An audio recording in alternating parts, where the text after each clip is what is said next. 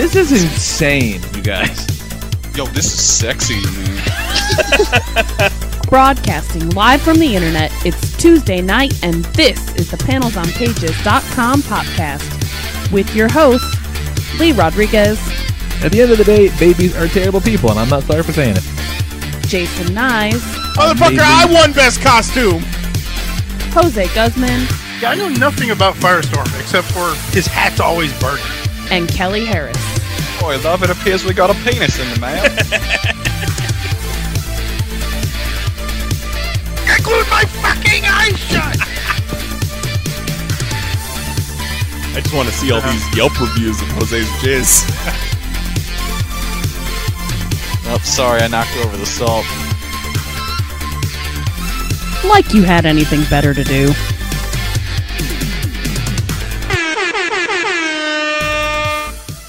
What is happening, everybody? Today is Tuesday, March 12th, 2019. And this is episode number 460 of the Panels on Pages podcast. I am your host, the Lord Reverend Lee Rodriguez, and joining me tonight, we've got Mr. Jason Nyes. You up on your rock, motherfucker? Kelly Harris. Steve Rogers and Buck the Cuck go to fight the Nazis. And joining us after, quite frankly, too long of an absence, Mr. John Michael Duggan. What's up, sir? There was a Marvel movie released, and thus I am here. Yes. There you go. Well, And, I've been wanting to get you on the past. It's true. He was talking about it just like a couple weeks ago. We were just talking about it because you saw Aquaman and loved it and saw it multiple times, and it blows all of our minds.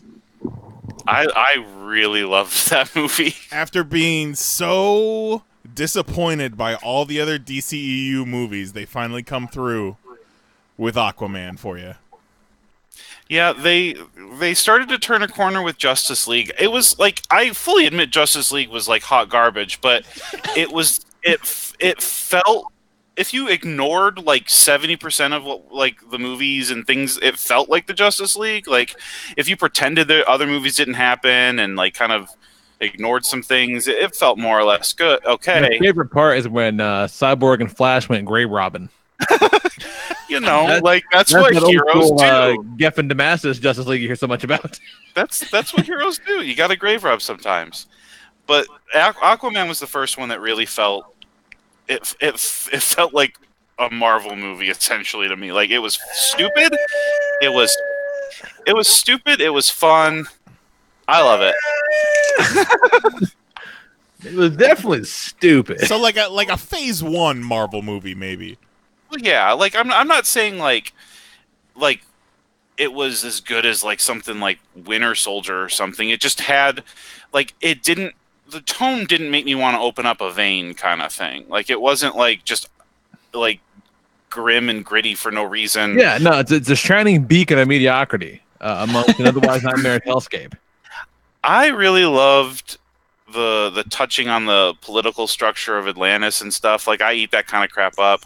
There was a lot in the movie that reminded me of like Star Wars. A lot of the shots were framed similar to some Star Wars stuff. Well, yeah, it looked like the Gungan City. Fair. But I don't know. I like, you know, I liked it. Fuck it. Crab people. Well, I mean, but you get John Rhys Davies to voice the Brine King, and then that's at least something. The Brine King? Aquaman was perfectly fine. Still haven't seen it, so it's powerfully okay. I mean, I love badass women, I love redheads, and I love waterbending, and Mira fit all of that. Oh yeah, there's some real pretty people to walk around mostly damp for the most of the movie. That's right. A good call, like for sure. And I really just want to be cradled by Jason Momoa. Like nothing has to happen. I just need him to hold me. Like honestly, if like he and The Rock could switch off cradling me for a couple of nights, wow. I think that I could die happy. They'll switch off something.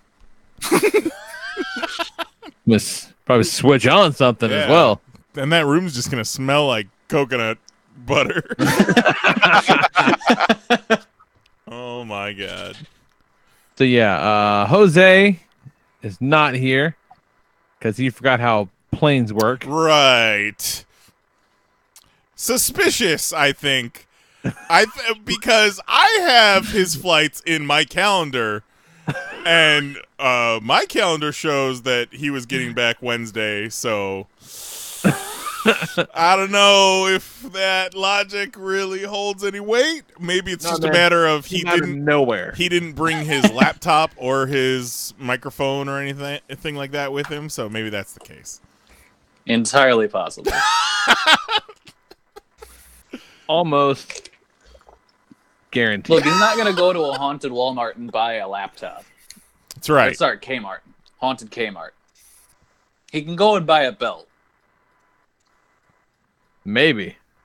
You ain't going to trust a haunted Kmart laptop. No. That's where ring ghosts live. But then I have to assume that he brings the laptop with him on trips like this. How else is he going to jerk off?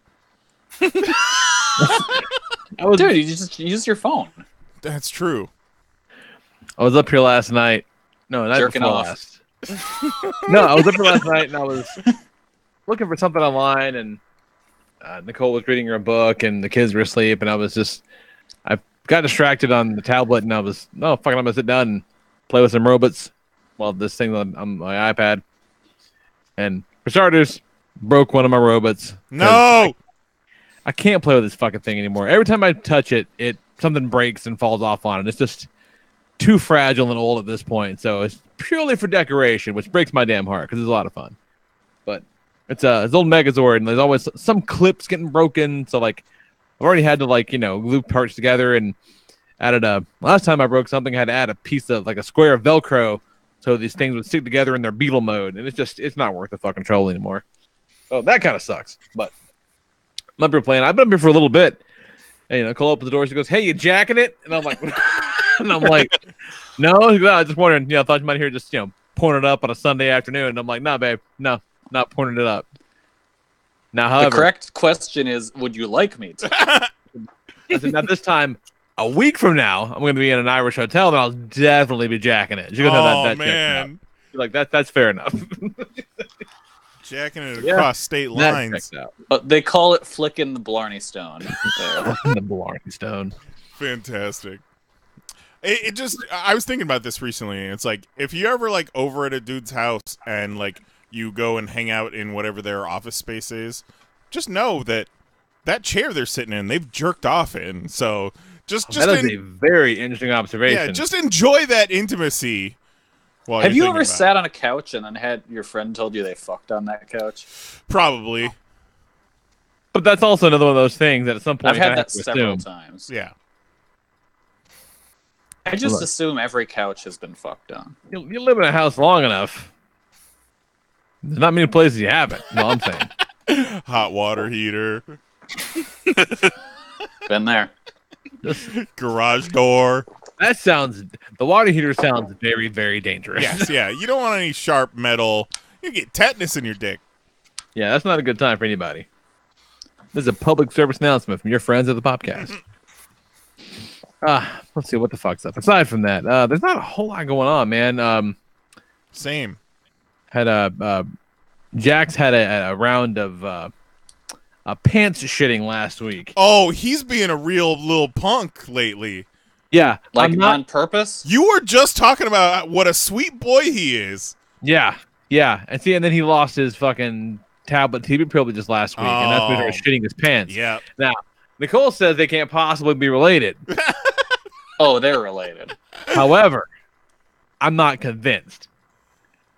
And so shit was going cool, except I'm over the part of my life where you have to deal with another living being, another human shit. I'm over that fucking nonsense.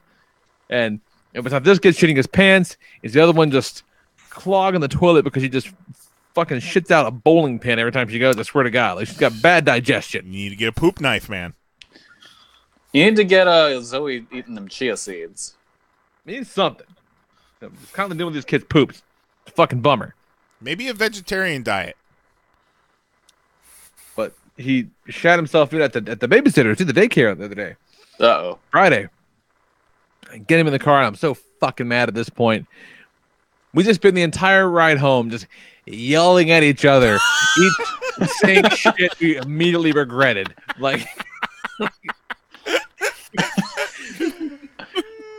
I was like, I'm fucking Over this shit, kid. What are you doing to me? Why are you still shitting your pants? You're smarter than this. You know what the fuck you're doing. And he's just going, you hate me. You hate me and you know Like, I don't hate you. I just hate that you shit your fucking pants. What the hell, kid? How about I shit my pants and you clean it up? Like, I'm not sorry, Dad. I go, fuck it. Great. Fuck you, man. That was great. I pull the car over. He's like, what are you doing? What are you doing? And I get in the back seat and I'm like, look, I'm sorry. And he goes, I'm sorry too. It was a very unpleasant ride until we made our fucking peace with each other. Can we talk about the other Jack story from this past week you told us? Go, sure. The dinner with him running around yelling a certain phrase? Yeah, I forgot. It's been so fucking strange. I forgot all about that. At some point this week, again, this is early on in the week, so it was still kind of acting out. This was Wednesday. Because I remember reading it at work. It was Wednesday. There you go. And everybody's having food. It's all great. I get this fucking kid eating. He's not normally one you have to force. The kid doesn't miss a lot of meals. He's a hungry boy. But it's up and down. He's running around like, I gotta go pee. And he goes pee. I'm like, well, at least I'm not pissing his pants. Let him go pee. It's fine. I gotta listen to that. I'm hopping up and down. And I'm like, dude, sit down and eat your food. And he goes, I don't want to eat my food. I'm the baby Jesus. I'm like, wait, fucking what? And he goes, you can't tell me to eat my food. I'm the baby Jesus. I'm like, what the hell are you talking about? He goes, say it. I go, say what? He goes, say I'm the baby Jesus. Like, I'm not going to say the baby Jesus. You fucking... Who told you about the baby Jesus? Like, where did you even hear that, you fucking weirdo? I'm the baby Jesus. Like, you're not the baby. Nicole! What is he doing? He hasn't done it since then. And I still don't know where he even, like, what? We're not a baby Jesus house. Like, who the fuck told him about the baby Jesus? Dear Lord, baby Jesus, or as our brothers to the south call you, Jesus, we thank you so much for this bountiful harvest of Domino's, KFC, and the always delicious Taco Bell. I just want to take time to say thank you for my family, my two beautiful, handsome, striking sons. Anyhow, I love the bit about your little baby Jesus arms. And it was fucking strange. Call me the baby Jesus. And like he said it with such a sincerity. Like I'm not even doing it justice. He looked me right in the face and goes, I don't want your dinner. Because I'm the baby Jesus. He had the spirit inside of him. You're lucky he didn't start speaking in tongues. Maybe that's why he's shitting his pants. Maybe just getting that demon out. I don't know. But like the babysitter's not like a religious person, really. Like I don't know. Like the concept of baby Jesus should be alien to him. Like it's such a weird fucking thing to say. Yeah, but you got to think even though the babysitter isn't super religious, you know, there's other kids at that daycare and they could have picked something up somewhere else, and you know it's nothing necessarily super Jesus-y, but you know a kid latches onto something and just kind of goes from there. Maybe. I didn't know what the fuck I was talking about when I was a kid. There aren't religious people in our lives, not really. But like, the second I saw that DM, I turned to my boss and just go, you gotta hear this shit. Yeah, I had forgotten all about it. You mentioned it. Oh, I hadn't. I've been telling people that story all week. It's so fucking strange. Very, very odd. But, you know, that's just... Every day is a damn adventure. You never know what's going to happen. Some days, you shit in his pants. Other days, he's the baby Jesus. Most days, he's somewhere in the middle. I want to know where he found out about Jesus from. See, I asked him, I'm like, who told you about the baby Jesus? And he goes, I am the baby Jesus. Oh my God. At least he was consistent. No. Oh, no. He leaned into the bit hard. Like, by the way, didn't finish his food. But I'm like, fine, fucking just go away, baby Jesus. You must be proud that he's already into blasphemy. I mean, yeah, sure. There's a certain level of that for sure. Got into I ended up getting hooked into a truly enlightening conversation about vaccines at the office. That was fun. Oh my god! Nice. Just as uncomfortable as you think it was. +2. Well, I think we as a culture just decided that anti-vax stuff is not cool. Like Facebook is banning that stuff. Good, but like this. This lady was like, I wish that I had thought about it now the way then about how I did now. She's like, I vaccinated my kids, fine. I just wish I wish that I hadn't. I go, wait, why? Why would you retroactively wish you hadn't vaccinated your kid? Normally it's, wait, what? Probably because they're shitty and she's just looking for an excuse. No, they're great. They're fine. Like nothing wrong with them. Just like, yeah, just wish you would have been a little more educated. I go, what about fucking measles? Like, I don't understand. Like, it's fucking bizarre. Measles is back, baby. Yeah, you know why? Yeah. You know why? Thanks, Jenny McCarthy. Fucking dum-dums. That was awkward and uncomfortable. And I'm normally really good by keeping my head down about a lot of, but like at some point, you gotta just wait, come on, really, come on, fucking for real. What would the baby Jesus think? Hold on. Let's ask him. Let's get Jax. Meanwhile, like, I made an observation a few years back to Nicole. I'm like, it's kind of fucking strange. Like, Zoe has yet to get chickenpox. And they were like, did they vaccinate for chickenpox? I looked up and sure as shit, she got a vaccination for chickenpox. I vaccinate that kid so hard, I don't know what the fuck they got vaccinated for because I assume they're all good. Like, if they can vaccinate against it, I don't want them to have it. So hooray for that. Man, when we were kids, my brother and I and our cousin, we all got chickenpox at the same time. Dope.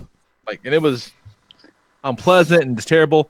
But now at that point, new stepdad, Paul, did not have chickenpox as a kid. Caught it from us and almost fucking died. Oh, see, that's why they do the vaccination now, because people were fucking dying from chickenpox. It's dangerous for adults.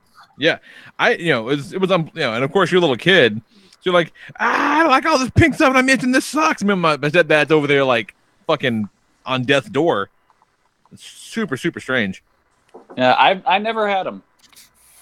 I was like one of 2 kids in my grade school class that didn't get it in like an epidemic, so I think I'm okay. I got it when my family took a trip to Florida for vacation, and I got it the second day. We were there for like a week, and I got it the second day there, and I had to stay inside for almost the rest of the vacation. Oh, that sucks. Yeah. That's probably the mildest thing you could catch in Florida. Yeah. I mean, the state motto is Florida. Come on down, you'll catch something. Yeah, so that could be a lot worse. You did okay. It wasn't an entirely bad trip. I vividly remember the worst part of that trip was my parents bought me a Power Rangers VHS, and I accidentally, it was the High Five box set of VHS. Oh yeah, I had that one. Well, I accidentally laid on the box for the VHS, for the tape, and crushed it and threw a fit and made my parents return it and never got it again. Oh. You're being an asshole. Good times. Second biggest regret that is my second biggest regret of like a tantrum I threw as a child. And what's the first one?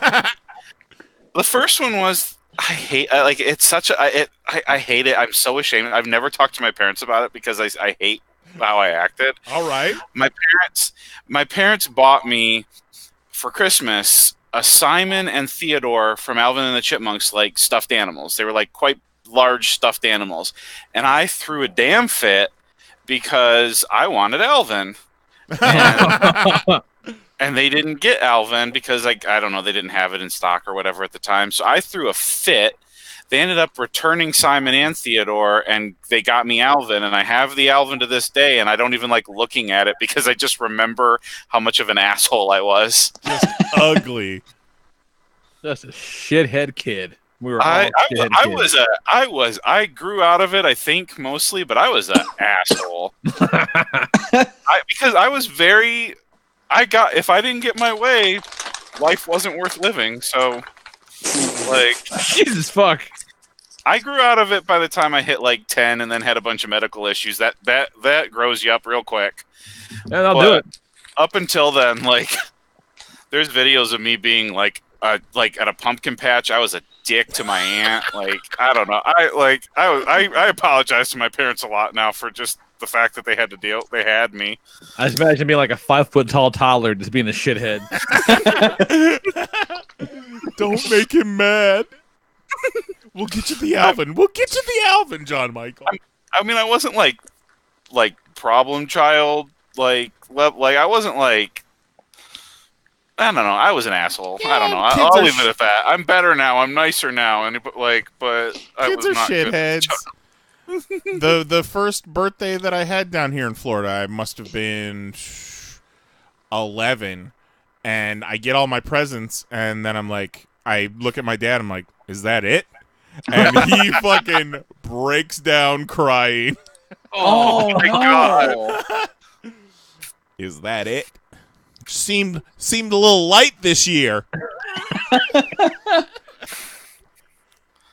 The only other thing, went out, had a date night, saw Captain Marvel with a lady. Sure, we'll talk about that in a bit. All four of us saw it. Yeah. Yep. And then I know we talked a little bit about it last week, but I finished Zebra Man 2. Nice. And boy, none of it makes any sense. Nope. Like, there's not a single point that you can connect the dots. Like, oh yeah, I get why this happens. Like, none of it makes any fucking sense. I think boundlessly stupid. John Michael, have you heard of this Zebra Man?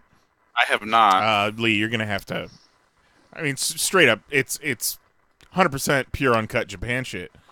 Oh. Yeah, you dig Zebra Man. Yeah, but like, it's just the first one has at least like a. It's weird and it's dumb, but like, you can kind of follow it. Like, it kind of makes you can see how they get from point A to point B. Zebra Man 2, they got a budget and said, "Fuck it, we're going nuts." Like, and just, none of it makes any sense.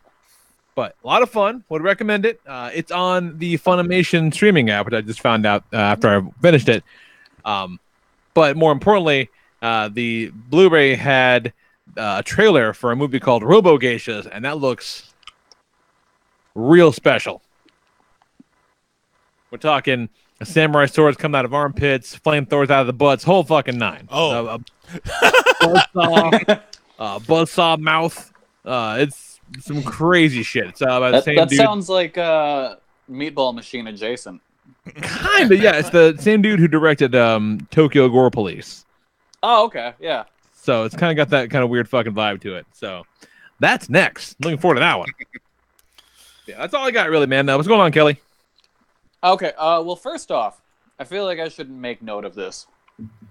The past several weeks, I have been saying "fuck Jim Mitchell." I just want to make sure there's no confusion that I've been saying "fuck John Michael." So no, John Michael is a lovely boy. He is. Jim Mitchell is a real fuck. No, Jim Mitchell is the sinister minister. That's right. Wait, who have I been saying? You've been saying John. John. That's right. That's why I got confused. John Mitchell. Jim Mitchell is cool. Jim Mitchell's the sinister minister and is also a DJ that you can book for your wedding. What?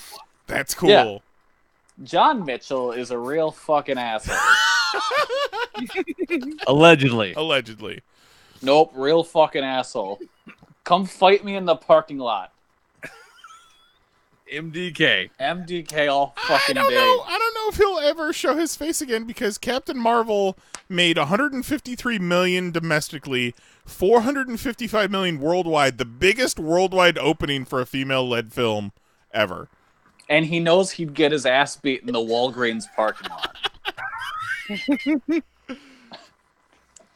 Fucking go and get an Arnold Palmer can and just bust it over his dome and say, "That's for Brie Larson, you bitch."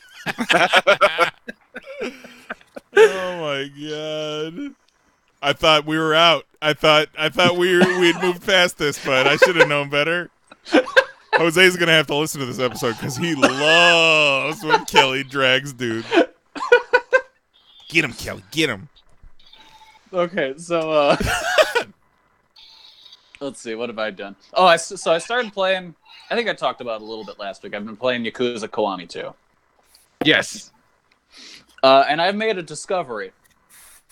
So, remember how I said in Yakuza 0, there was that child that was beating up high schoolers and taking their pants? Oh, yeah. That's the main bad guy of Kiwami 2. Well, makes because sense. It is 20 years later, and now he's a grown-up. The pants stealer? The pants stealer is leading his own Yakuza clan. Yeah, that checks out. Yeah. So, yeah, he's your main bad guy in this game. Yeah. I don't know why, but that checks out. Yeah. And also, another character that pops up from Yakuza 0. Say the chicken. Say the chicken. Say the chicken. No, not yet. Oh. I hold out hope. I bet he'll show up. Good old Nugget. Yuki, your main girl at the cabaret club you manage in Yakuza 0 as Majima, she shows up again in Kiwami 2 as the owner of the cabaret club that you manage as Kiryu. Fucking moving on up. Yeah. So now she's an owner. Still looking good. The kids are doing okay. Yeah. Yeah. Things are working out. Been playing some Virtua Fighter in it. Not very good. I'm real bad at Mahjong. Let me tell you something. Real fucking bad at Mahjong. You ever tried to play Mahjong? It's hard. just impossible. Nah, I'm not an 80-year-old Chinese lady. Yeah, it's very hard. I love that you lean into like all the shit that I just skip immediately in those games. Oh yeah, no. That's how I spend like 80 hours in these games. Didn't you play Mahjong in Red Dead Redemption 2, Lee? No, I played a little bit of poker. Oh, I thought it was Mahjong. I played some poker too. Yeah, I played as much poker as the game made me, and maybe a little bit more, just enough to be like, man, I should play poker like for real because I'm good at it. And then realized, nah, that's probably a bad idea. I helped a homeless guy after he was getting beat up by some dudes, and to thank me, he took me to the homeless people underground casino. Rad. Yeah, so now I have access to that place. What the whole fuck? That's great. So actually, it's not underground. It's in an abandoned building, and there's 4 floors. Well, so I was like, all right, what's on these other floors? It's underground, but it's not literally under the ground. Yeah. Like, so I was like, what's on these other floors? And I went up to the top floor, and there's just a dude wearing like gym shorts, and he's like, hey, you want to fight? And you just go, sure. And you fight him. Seems like a nice enough dude. Yeah, no, he's just like, hey, I got injured, but he remembers you because you used to fight in the Coliseum. And he's like, man, you are a hero. Let me fight you and see how I stack up. And you kick his ass, and he's like, I gotta train some more. Then he wanders off. It's a hell of a game. Oh, yeah, I love it. I played some of the Yakuza 0, but like the first several hours, there's not a whole lot of like game playing. So I'm like, this is kind of bumming me out. Like it's a lot of watch this game play itself. That's the thing with these games. There are long-ass cutscenes, but they're all tremendously well done. Like, the best way to explain these games is in certain parts, you're playing a movie. Like, you're just going to sit there and watch. Yeah, I'm into that. I like that. But, like, there's just so many back-to-back that was hard to kind of get into it. Yeah. I would give it another shot, for sure. But it was a little bit much at one time at the beginning. Especially at the beginning. It's like, damn, give me something to... Yeah, no, they like to front load it with that kind of stuff. Like, they really lean into this is a movie in the early parts. And it takes a little bit to get going. But once you get in, you can get into some real wacky shit. And then, let's see, there was on Sunday WWE Fastlane, which actually had a good match that made my recommended matches list, which I was kind of confused about. I mean, it didn't. The match itself didn't make any goddamn sense. It was So the whole show could have just been called WWE Cards Subject to Change because they just kept fucking changing matches. WWE, oops, all hot. Yeah. Because so this match, it was originally going to be Daniel Bryan versus Kofi Kingston.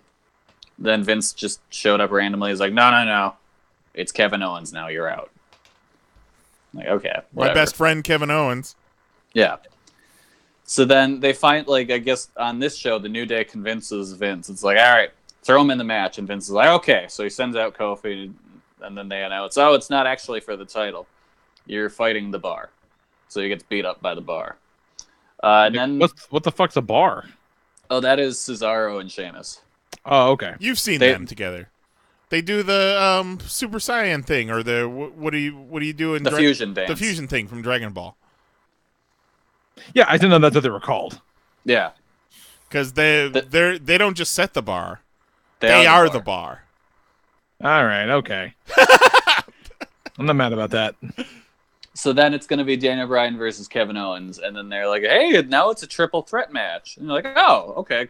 Beat up Kofi is going to come out, and then just Mustafa Ali comes out, and the crowd kind of is just quiet because they like him, but they wanted it to be Kofi. So they're mad at him slightly. It's a Rey Mysterio in the Rumble situation. It's absolutely a Rey Mysterio in the Rumble situation. And what's funny is, why would Vince put Mustafa Ali in the main event and not Kofi? Yeah, none of it makes any fucking sense. And it was a very, very good match. It just didn't make a lick of sense as to why it was happening. But I like that they're moving towards giving Kofi a shot at WrestleMania. Yeah. Yeah, no, because that's definitely where they're going now. Would not assume that at this point.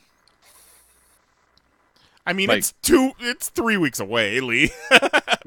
Still, I mean, I'm down for it. It sounds great, but anything could change. Oh yeah. If anything, that sounds like it'd be too good. Mary and I were talking. One of the things that I have against Kofi and Daniel Bryan going against each other at WrestleMania is that belt Daniel Bryan has is fucking awesome. So one thing, I don't want that gimmick to end, and another thing, if Kofi were to win, I don't want him holding up this fucking hemp belt with blunts on the side. So me and Mary were talking, and Xavier and Big E need to be on the outside of the ring. They need to fucking just pull out a New Day version of the title, ASAP. Yeah. Just made of unicorns and pancakes. Yeah. Or just turquoise. And then since we're all here, sorry, Nice, you're gonna have to sit this one out. Lee Jam and I all watched the Super Sentai Strongest battle. Oh, we sure did. I thought you were gonna talk about Beast Morphers. Oh shit! Let's talk about Beast Morphers. There's time for that too. Hey, let's do it. Yeah, so the Strongest Battle was this 4-episode little miniseries, but they've never done anything quite like it before. Mm-mm. And it was a lot of fun. It was wild. It was weird. It was still lots of fun cameos. My boy Marvelous came back. I'm always down for that. Sure did. I want that fucking guy in any show he's in. Yeah, Marvelous, I love that guy. Yeah, love, and then love a good pirate. The pretty girl who was pretty obviously the bad guy. Turns out not only is she a bad guy, she's summoning the ultimate great Satan. That's how you know when a guy's a bad guy. Yeah, when they're called the ultimate great Satan. Ultimate great Satan. I'd love for them to incorporate that into Power Rangers at some point, because the great Satan originally, that's the Lokar from Mighty Morphin. Right. That's what I thought. Okay. Yeah. So which in the G-Ranger, it's Satan too.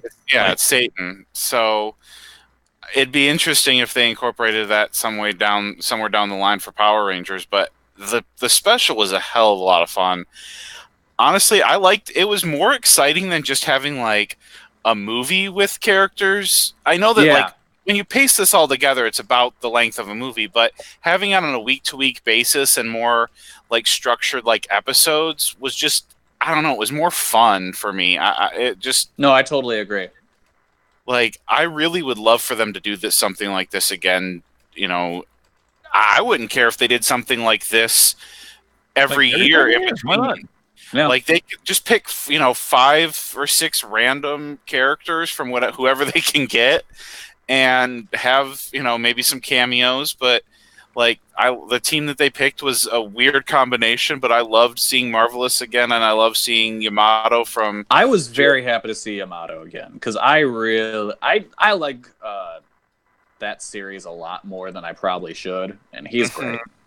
That I like that series a lot too. It wasn't like it gets really good in the second half. Mm-hmm. Like once the big game hunter dude shows up, that's when it gets really good. Yeah.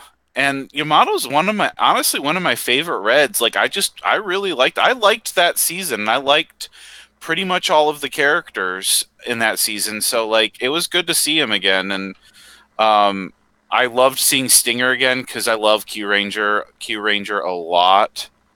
So Yeah, the space cop doggy. That's always fun. Yes, that was cool. That was really cool. I liked even seeing Gao Red for a moment. Old as fuck. Well, yeah, he did. It's very fun to see some of the older characters. Like, I mean, he wasn't in this special, but Geki from Ranger looks like just fat old. He looks like fat Japanese Elvis at this point. And still wearing that dumbass outfit. But no, this special was a lot of fun, and the character interactions were. Well, don't forget Luca still looking hot as hell. Oh, so hot. She really does. Like, I always forget how much I miss the Gokaigers until like I see them again, and then I'm like, oh yes, I miss you. Nope, never forget. Always Gokaiger. And now, for as happy as Jax was, see the Gokaigers again. He's a big Gokaiger fan, likes Marvelous. He's like, get the fuck out of it. Well, you told me they were dinosaurs. Where are these goddamn dinosaurs coming? And like, they're gonna be here. And so, and the Ryu soldiers at the very end of every episode, and he got super hype. And I'm like, yeah, but it's just this part. And every week, like, how many more to the dinosaurs? I'm like next week, man. Next week the dinosaurs will come. Don't worry. I want some goddamn dinosaurs. Shit his pants. I doubt we'll see Marvelous. I doubt we'll see Marvelous and Ryu Soldier, but oh no, I doubt. That'd be cool. It'd be cool with his like hatred of Geizorg, like depending on how that plays out. Assuming that like it'd be kind of interesting. Like, I doubt we'll see him again, but I mean, you never know. You never know. Like, it's just very interesting that they went with sentient armor again and another dino themed. It's the same thing, yeah, because it's Duggan did the exact same thing. Yeah. So I wonder if we'll get the exact same thing where he possesses the future Ranger. It's entirely possible. I think it'd be kind of cool if they somehow turned the armor into the power set for like a 7th like Purple Ranger. Sure. Not make it where he possesses them, but basically that armor becomes kind of like, but then maybe that character has to fight the programming of Geizorg in the power. I don't know, but I'm excited for Ryu Soldier. It's looking really good. Yeah. And then the second episode of the Beast Morphers came out too, and it's good too. It's fucking fun. Still fucking good. It's good. I really like it a lot. It's good. Like it looks really great. It's like we're only 2 episodes in, so I don't want to get too hyped, but I'm really kind of there already. Like, so far it's my favorite season since RPM. That's not saying a lot, but I mean that is 10 years. Yeah. Like RPM's been 10 years ago. During the second episode when Devin flip morphed onto Cruz, I giggled like a fucking idiot. That was pretty dope. I was so happy. Like, that was really cool. And I like the cast a lot. I like the cast a lot too. And like, I don't know if you've been on, like, seen any of them on Twitter. They're like so excited for this, and like previous casts have been good. You have like the Sidarso brothers and stuff, and they've been very excited. But this cast, I don't know, they just seem like adorable. Like like You're adorable, John Michael. Thank you. No, thank you. The girl who plays Roxy is just very bubbly, and I don't know. I like her. She seems really cool. Who's that? The Pink Ranger? She's the Nice. she's the evil Yellow Ranger. Yes, yellow. Yeah, definitely not big, and also not Latina. Um, Oh Christ.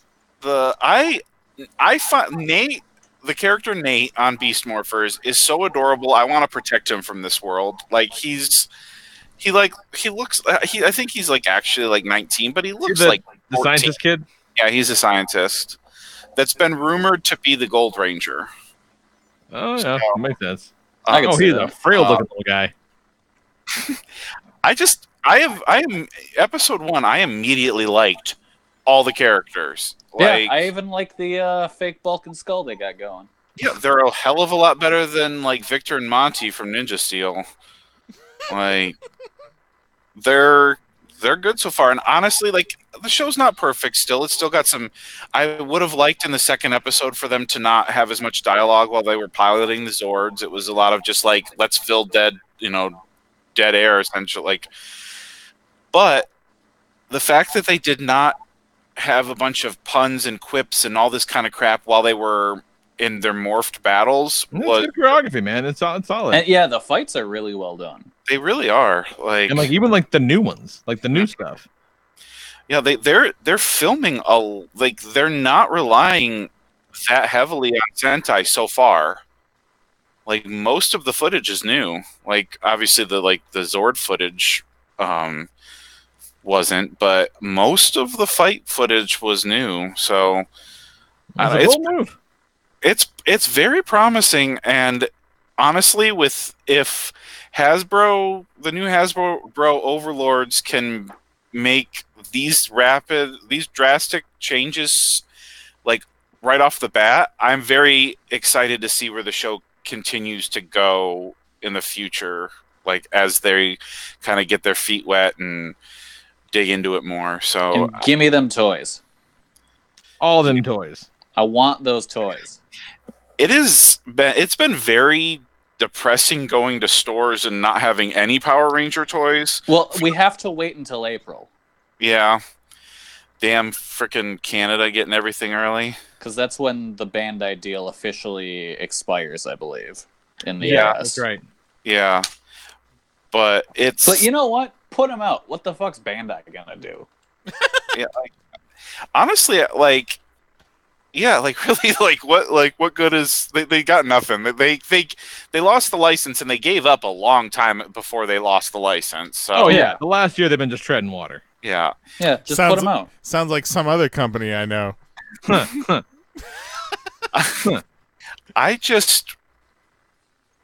It's making me really miss Toys R Us, honestly, with all these new toys. I know I can go to like your Targets and your Walmarts and stuff, but I don't know. I just really am missing Toys R Us with all these new toys coming.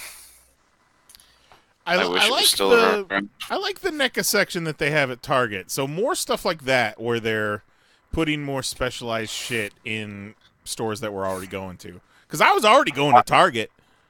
Mm-hmm. I've been waiting for the NECA Turtles to show up at my Target. They still haven't. The 2-packs? Yeah. Yeah. I want to get all of them, but but my Target does not like the toy. I went there with my girlfriend on Saturday, and she's like, "Is something wrong?" When we were going through the toy aisle, I'm like, "Why?" She's like, "There's nothing here." They don't ever restock at my Target. Like, it's horrible. Is something wrong? There's nothing here, and you're sweating a lot. I think I might have been sweating, so that might have been that probably was accurate. Like, I don't know. I'm very anxious for the Beast Morphers toys. I never, aside from the Legacy Morpher, I never buy the Morphers anymore. But like, I really want the Beast Morphers Morpher. Like, it looks really cool. Yeah, after seeing them at Toy Fair, I really want those, like the blind bag mini Rangers. Mm-hmm. Those look great. Yeah, I want almost everything that they're putting out. Like, aside from like the role play weapons and stuff, and I the don't need that masks, shit. I don't get those, but I want the play school toys. I want the little mini toys. I want all the I want everything else. Like, I already know me. The first chance I get, I'm gonna buy a full display of those. Oh, the minis? Because those will just end up on the counter at your work. That's the thing. Yeah, like if we can get those at work, I'm gonna just order a display of them. Because I already saw we're gonna be able to actually order the Lightning Collection. That's cool. Like, I wouldn't have pre-ordered the ones I already had, but I don't know. So I might need to order one of those. I am so excited about the Lightning Collection. They look so good. It looks so good. Like, and now that the minute that the first episode of Beast Morphers ended, I'm immediately like, I must have that Lightning Collection red. I was gonna buy it anyway, but like, so where is that Lightning Collection red? Because I haven't seen it anywhere. They just had like display picture. I thought it was at Toy Fair, but it might not have been. It must have been somewhere else. They had like just. No, they had a Toy Fair, but like I think just for the collector thing. Okay, because that's. I was like, is it up for pre-order anywhere? Because I haven't seen it. Not that I've seen. It's just they were just showing that's supposed to be in, because Wave 2 was supposed to be Mighty Morphin Pink, Beast Morphers Red, Beast Morphers Gold, and then the Magna Defender. That's supposed to be Wave 2, and then like Goldar is kind of nebulous in between. Like, I don't know what they consider him part. I think they just consider him special, separate, since he's a GameStop exclusive. Yeah, he'll be, according to GameStop, he'll be out in October. Yeah, I have him. I've covered my bases. I have him pre-ordered in store, and I have him pre-ordered online. I am not fucking around with GameStop. I'm getting that damn figure one way or another. It's a good call. Yeah, I just pre-ordered them online. I've had orders canceled, and I had one pop, like Super Saiyan 2 Gohan pop vinyl ordered through there, and they charged me, refunded me, charged me, refunded me, charged me, refunded me, charged me, finally sent it. Oh my god. And that was like, I'm going to lose my fucking mind if this doesn't work out. Yeah, like, it was a 1.5 month long saga, and I've had friends not get crap and get stuff canceled. Now, and then the NECA 90s movie Turtles, there was like a whole issue with people not getting those. Like, and look, I ordered mine online, and I luckily got them. But dude, so happy for you. Thanks. I was shocked I got them, and happy as hell. You shouldn't be shocked you got them. That's a fucking problem with your whole system, GameStop. That is a problem. Like, that's why when I find out crap is exclusive, it just pisses, especially there. Oh yeah, no, Lee and I got so mad when we found out the Goldar was exclusive. And that not only is the damn Ghostbuster Ecto 1 Transformer thing, not only is that an exclusive, it's an in-store exclusive. So you have to get Oh, fuck off. Why? Like, I get driving up the collector aspect and making people like whatever, but like, you want people to buy your shit, make it accessible. Yeah. Well, I think GameStop just wants people in their fucking stores. Yeah. That's all. I honestly can't wait until GameStop goes out of business. You keep saying Fuck that. GameStop and Jim Mitchell. Or no, John Mitchell. Oh my god. So what have you been doing, Nice, besides not watching Power Rangers? Oh shit, man. So maybe you should start watching Power Rangers. Hang on, let me go to your hotel room. I'll just leave Power Rangers on and go to sleep. Well, it's funny that you say that because our complex that we live in just got free Spectrum internet and cable for all the units. So that's cool. So awesome. We fucking that rolled up at rules. Spectrum, and they gave us just a stack of boxes and cords. And so the TV out in our family room wasn't working, so had to call them to come take a look at it. And before there were two dudes. It was basically, I said to Mary, it was the Jose and Nyes of Spectrum showed up at my place. Before the second dude gets all the way up the stairs, he's already gone, oh no, we got a DC fan here? What's going on? Because he sees all my Joker shit. I'm like, nah, Joker. And then it's everything he sees. He's like, oh, I gotta ask about that. We gotta talk. We gotta have a discussion. We talked about fucking Star Wars. We talked about Endgame. We talked about Captain Marvel. We talked about Rogue One. Everything. Every time he turned, it was, oh, I see you have Carrie Fisher's autograph there. And it's like, yes, we certainly do. And if you look over here is a picture of me proposing to my wife in front of a giant rancor. He's like, oh shit, look at that.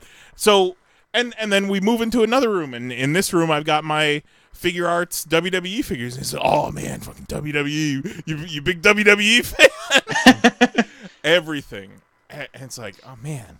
I don't know. That's fun. I like when that happens. Well, yeah, but also, but not when you're here to do a fucking job. Yeah, and it's not like it was slowing the works down or anything, but that's good. I also don't have a lot of strangers come in and then all of a sudden see everything I own and know a lot about me. I felt very fragile. Exposed. Yeah, very exposed. That's fair. But it's cool. We got it all set up now. Watching a bunch of DuckTales on demand, catching up on that. Yeah. So that's cool. Yeah, I got my future in-laws hooked me up with their DirecTV password, so I watched the DuckTales 2. The one with Della. I caught that one finally, so that's the newest one, I think. So yeah, we're almost an entire season behind. We're just finishing up season 1. We got like 2 episodes left, and then all of whatever season 2 is.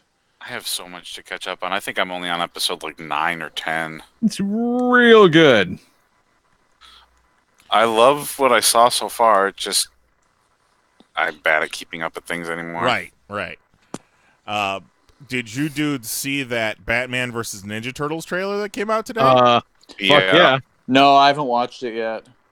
We gonna watch it. Let me find it. Yep. Oh, hang on. I don't have my laptop with me, so I can't watch it. Okay, that's fine. But it's dope. If I try to, it kicks me off the call. Yeah, don't do that. But John Michael, you saw it? Oh, hell yeah. Oh, yeah. That looks really good.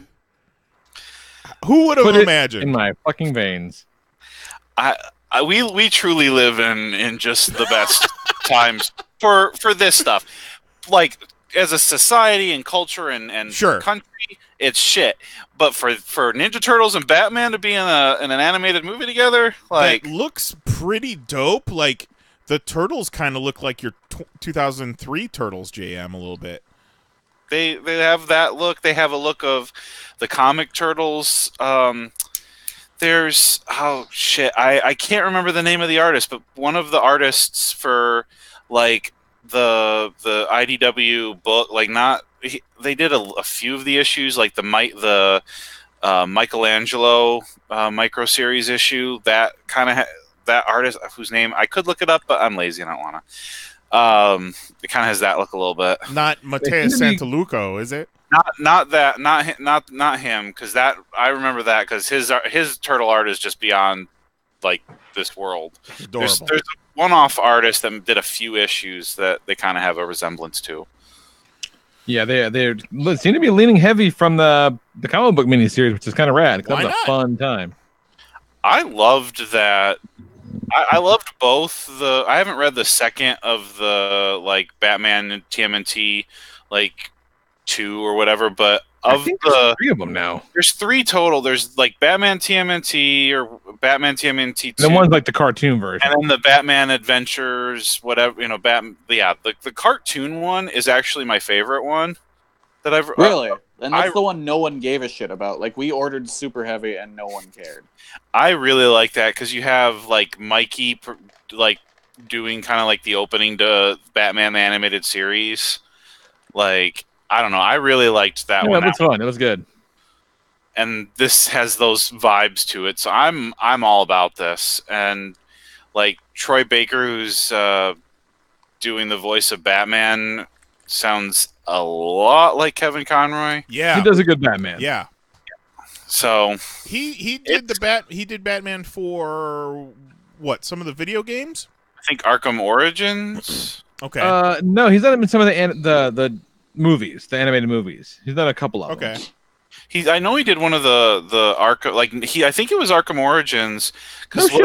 There was one that I haven't played them all, so I can't remember, but there's one that Kevin Conroy didn't do, and I think it was Origins. Well, if that's the case, you can't tell the difference because he sounded just like I didn't even notice. Any of those games, there's a difference. So fucking right on. Did we talk about the news story about how comic conventions weren't inviting Rachel True to do craft reunions at all? If not on the show, we definitely have talked about it. There was a Monster Mania Con this past weekend, I think in New Jersey, and there are at least 2, possibly more photos from their photo op with the entire craft cast of all of them kneeling down and doing the light as a feather, stiff as a board thing. That's kind of dope. But that must have been an extra charge, right? You're not getting these 4 actresses to get up and down off of their knees. How many times? It had to have been you pay an extra $100, you get to do light as a feather, stiff as a board. Fucking what a shrewd businessman you are, Nice. I'm just saying, they're not super young.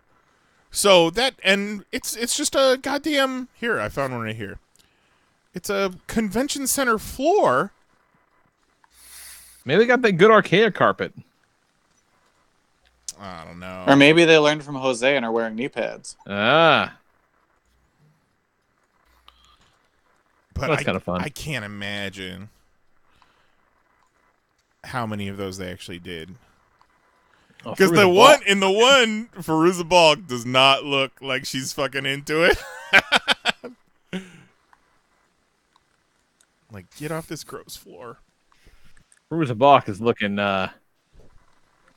intense. She is an intense lady. Intense. And that's about it for me. All right, before we get into the game, then let's talk a little bit about Captain Marvel. Well, and we haven't really. I mean, I guess we've talked about shit that's John Michael's been doing, but I did want to talk about 2 specific things with John Michael. Let's have it, because he did post these on his Twitter. What's the most amount of times you've seen a movie in theater, and which movie was it? And John Michael put this out there.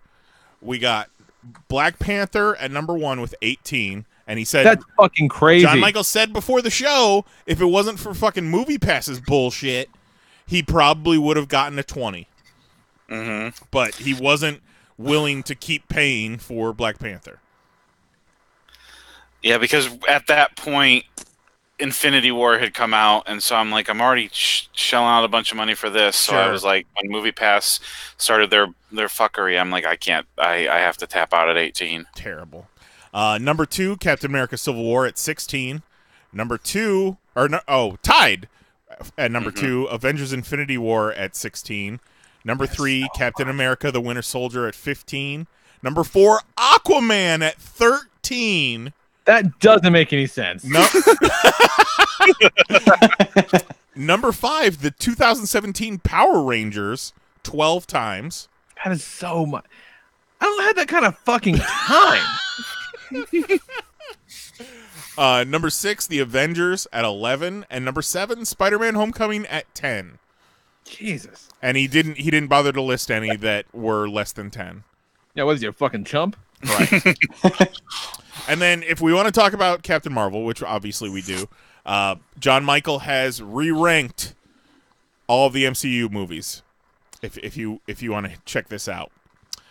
We got 1 Winter Soldier, 2 Black Panther, 3 Civil War, 4 Infinity War, 5 Avengers, 6 Thor Ragnarok, 7 Doctor Strange, 8 Captain America: The First Avenger, 9 Iron Man 3, 10 Spider-Man: Homecoming, 11 Iron Man, 12 Ant-Man, 13 Avengers: Age of Ultron, number 14 Ant-Man and the Wasp, number 15 Thor: The Dark World, 16 Captain Marvel, 17 Guardians of the Galaxy, 18 Guardians of the Galaxy 2, and then rounding up the last 3, Iron Man 2, Thor, and Hulk.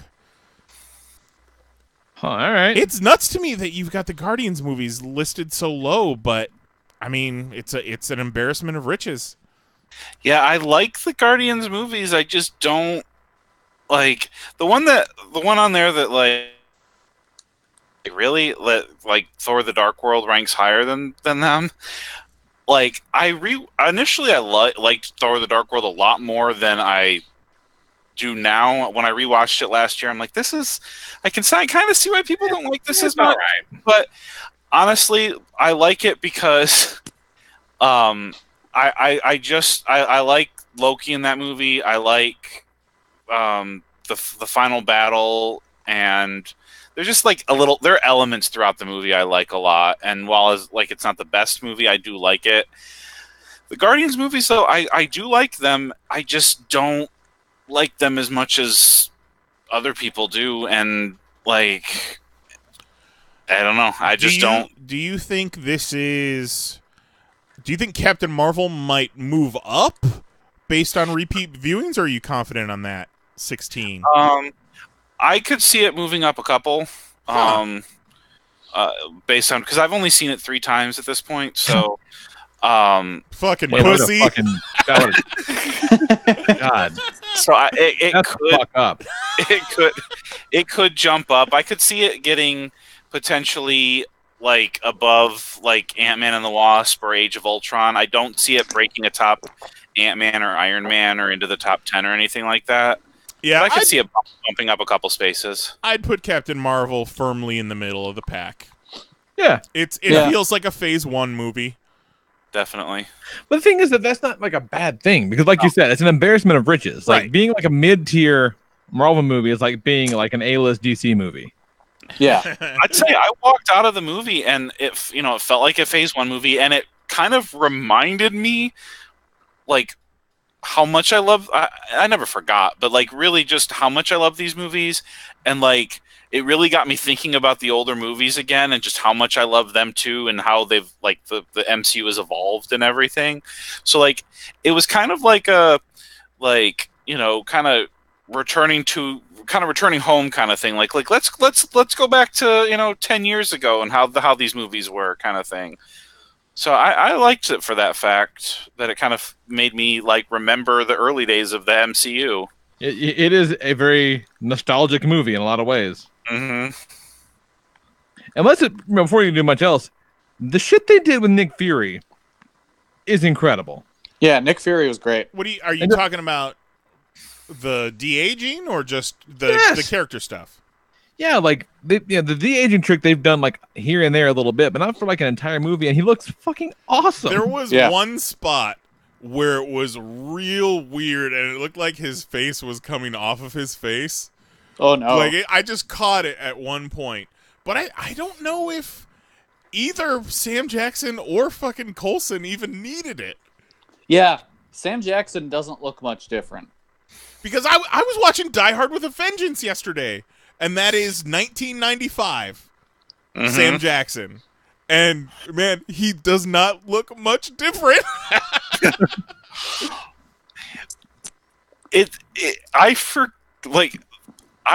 the end of the movie, I forgot that they were doing a de-aging of him and was just like, no, this is just young Nick Fury. Like, it's really impressive.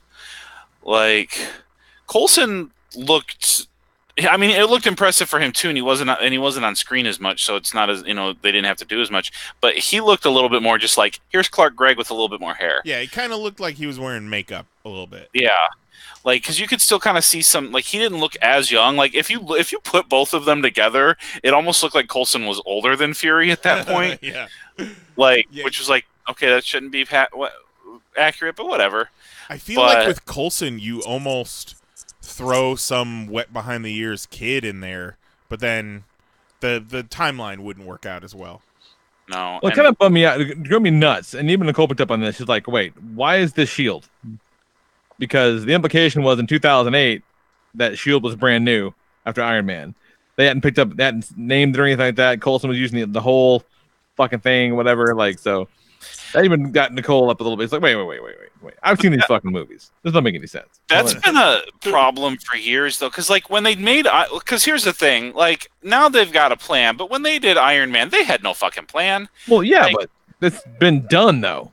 Like, well, yeah, but like I think that they wrote themselves into a corner, and then we're like, well, shit. Well, you know what? Let's just keep going.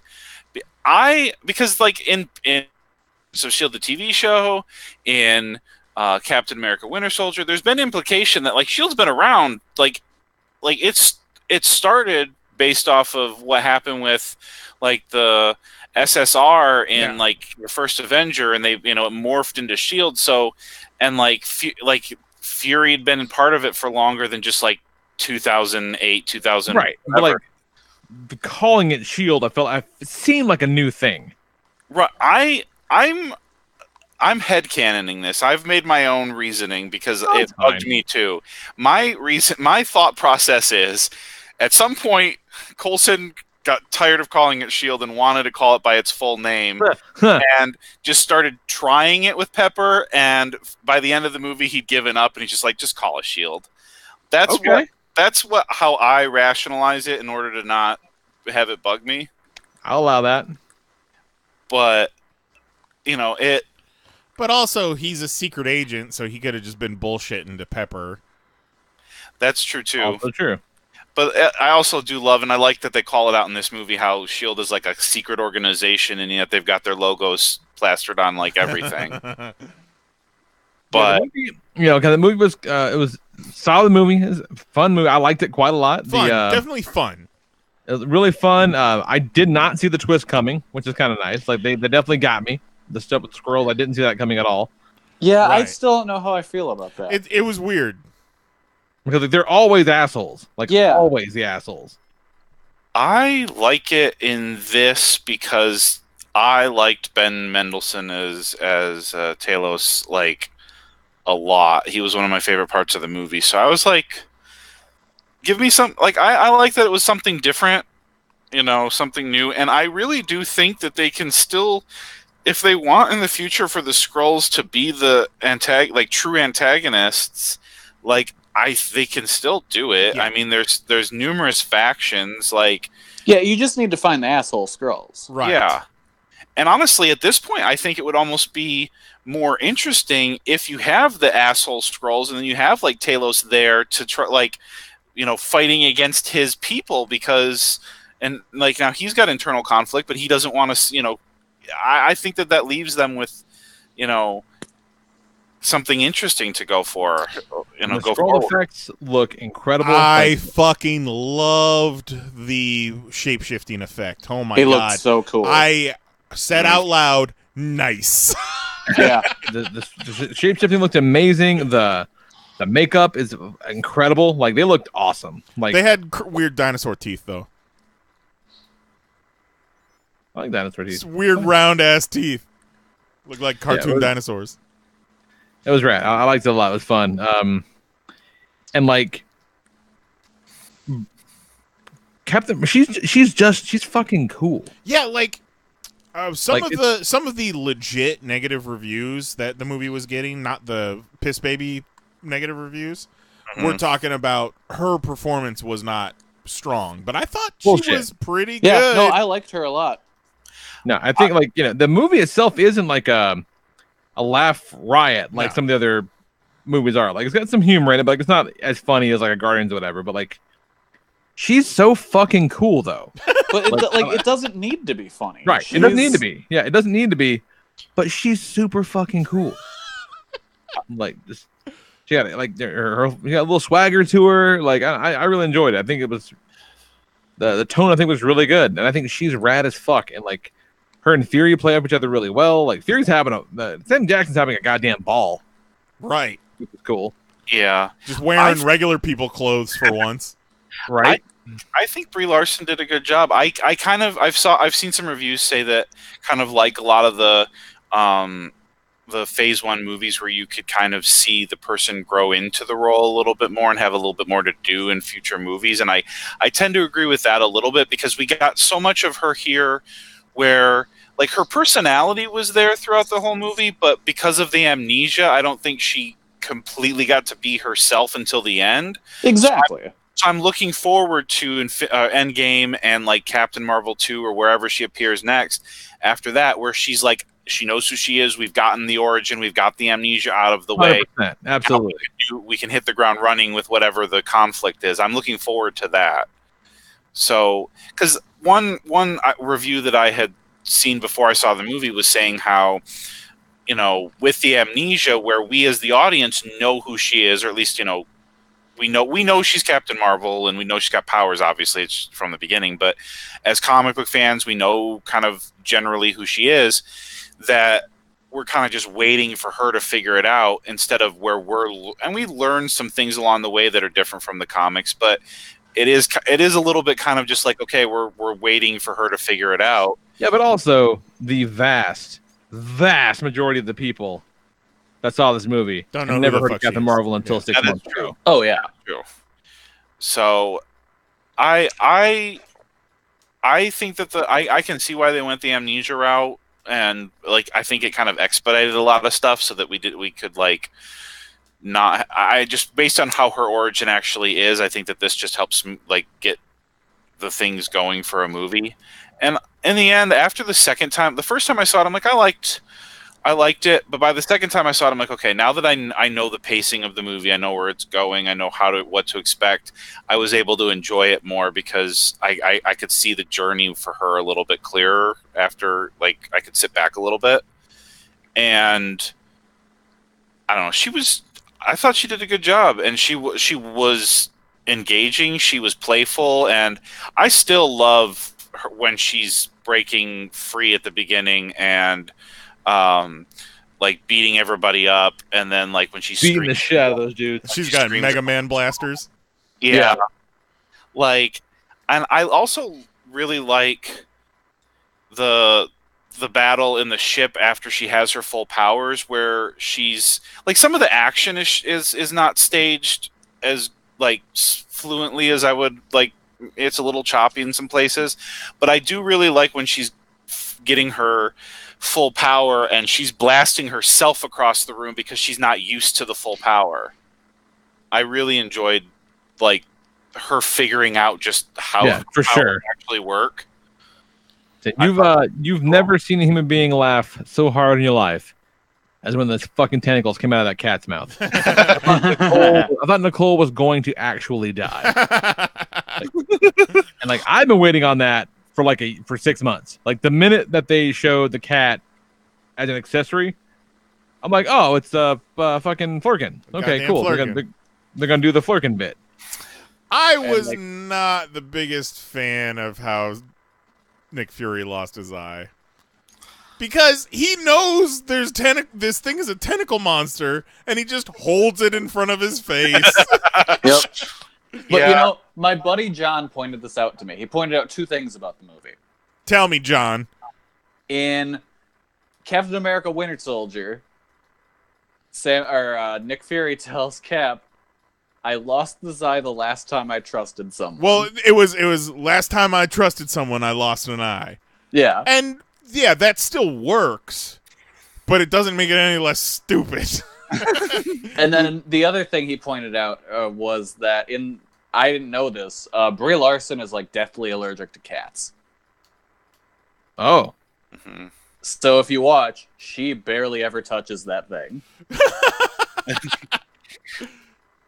I have very mixed feelings on how Fury lost the eye, because the line in Winter Soldier still does work. Like, it's like he did trust, you know. Also, Fury lies, so like, you know, he could. Yeah, and they kind of set that up too. Yeah, they got a bullshit cover story for it. But, and I do kind of like the idea that he lost it. On some level, I like the idea that he lost it in a stupid way, and he's trying to, because he's a spy and a liar, and he's trying to, like, up, you know, even his own cred and stuff. He's got this, you know, torture story and whatnot. I kind of like that. But I would have liked it more if, because the movie kept playing with it the entire time. Like, yes. he hurts his eye. Your eye okay? Yep, it's fine. Like, it's fine. It's gonna be fine. Like, and, you know, that's interesting, but I kind of really actually would have liked some kind of badass like moment where he lost it, or he lost it doing something more than like, this cat scratched it, like, or this flirkin scratched it. But like, I don't hate it, but it's not my favorite thing. I actually would have preferred it if he never lost the eye in the movie and they kept teasing he was going to lose it, and he ends the movie with the eye and we still just don't see how he lost it. Like, I would have almost preferred that. Or the end credit is him doing something stupid and losing it. Mm-hmm. Yeah, like, or like, hell, it would have even been better if he lost it because of the Tesseract. Like, yeah, like getting it back or something. I don't know, but it is what it is. You know, there you have it. And I've seen some people complain because Fury seemed so different than we've seen Fury in other movies. But I'm like, God damn, you just have fucking this is years of baggage. Yeah. This is years like. And there, I've seen some people complain like, oh well, he didn't end the movie where he is like where we see him later. There's still there's between 13 and 15 years, depending on, you know, where you want to see the timeline of when Iron Man happens. But between 13 and 15 years between the end of this movie and where we first see him in the post-credit scene of Iron Man, shit happens. Like, he's not like Director Fury yet. He still has that room to change and grow. So it's like, I've known people for far less than 13 years that are way different than they were, you know, even 3 years ago. Like, yeah, Kelly. Yeah. Fucking Kelly. So it's not. I'm fine with it. I love seeing more of Fury, and frankly, it just by the end of the movie, I'm like, I really just want a Fury movie at this point. Movie, yeah. Like, I'd watch the hell out of that. It's like Just like Nevada. Sam Jackson has been in enough movies at this point as being Fury that, like, just give him his own damn movie, or give him like on Disney Plus, give him 4 or 6 episode like miniseries of like. Honestly, I would love like a Fury miniseries where maybe like 4 to 6 episodes. Each one takes place in a different year, kind of filling in the gaps of Fury's life. Nice. Fucking done. Disney Plus. Do you guys hear about this What If series they're talking about for Disney Yeah, Plus? that's Yeah. That could be cool. Yeah. I'm all about that. Dude. And if they can get the MCU actors to voice the characters, all the better. Did they say it was going to be animated? They say, yeah. They say I heard it was going to be animated. So they could get that works. it opens things up for you, and that would be a really cool way to get like if he was done playing the character like in live action, and he didn't specify he'd never voice him again. We're going to see Thor Frog, I bet you. What was that? Thor Frog. Oh, for sure. I'm sure. Like, there's a lot you can do with that, and now that like general audience has kind of an idea of who these characters are, that makes it even more fun what they could play with. Yeah, fucking hold on to your seats, general audiences. You're going to see some shit. Because I really wonder if they'll do What If specific to some of the movies. Like, what if Star-Lord had gotten... What if they had gotten the gauntlet off of... Like, if Iron Man and them had gotten the gauntlet off of Thanos in Infinity War instead of Star-Lord, causing them to not. Right. Like, how would have that played out? Because Or that what if was he fucking hung out with his dad? Yeah. Yeah, like, I think that they could take some of these movies and do what if, this had happened instead. Basically how it should have ended. Yeah. Like, that would be really cool, I think. And I'm What really if Iron excited Man about died in that cave in Afghanistan? What that if would be- what if I we would never cast Terrence Howard? I still kind of want them to go back and reshoot the scenes with Terrence Howard or with Don Cheadle instead of Terrence Howard and come out with a special edition. Oh, I'm into that. Like, just completely erase that. Like, I'd also kind of like them to reshoot all of Incredible Hulk and just change the movie and make it better, but that's beside If they weren't fucking cowards, Disney would do an Incredible Hulk TV show with Ruffalo, just like the old Ferrigno show. That'd Just be him cool. fucking walking across the country, just getting into trouble. Just go nuts and make it like Immortal Hulk. Yeah. Just make it a horror series. Okay. That would be really. I think it'd be funny if they could get the other past Hulks to play different variations of Hulk, like get Edward Norton and like Eric Bana to play like You can get Lou Ferrigno easy. Yeah, Edward Norton, I don't know. he'll never come back. Eric But Lou Bana. Ferrigno could be a cool Joe Fixit or Mr. Fixit. For sure. How about he's the security guard. That reminded me of the cameo with him, and then the beginning of Captain Marvel with the Stan Lee cameos in the Marvel logo. That was really pretty cool. I loved that so much. I kind of cried the first time. I did like the Marvel script or the Mallrats script on the bus. That was really a good too. one. That's a deep pull. That I really enjoyed both of those. That was one of the better cameos, and then that beginning was just like, I don't know. It was just it was simple but very touching, and I enjoyed it. The cable guy brought up Stan Lee, and I was like, He was talking, oh man, it's so sad that he died, and I was like, let's talk about that. But cool. Yeah, So, are we ready to fucking go down a ice slide head first? We might be. Hell yeah. I think we may Let be. the games begin.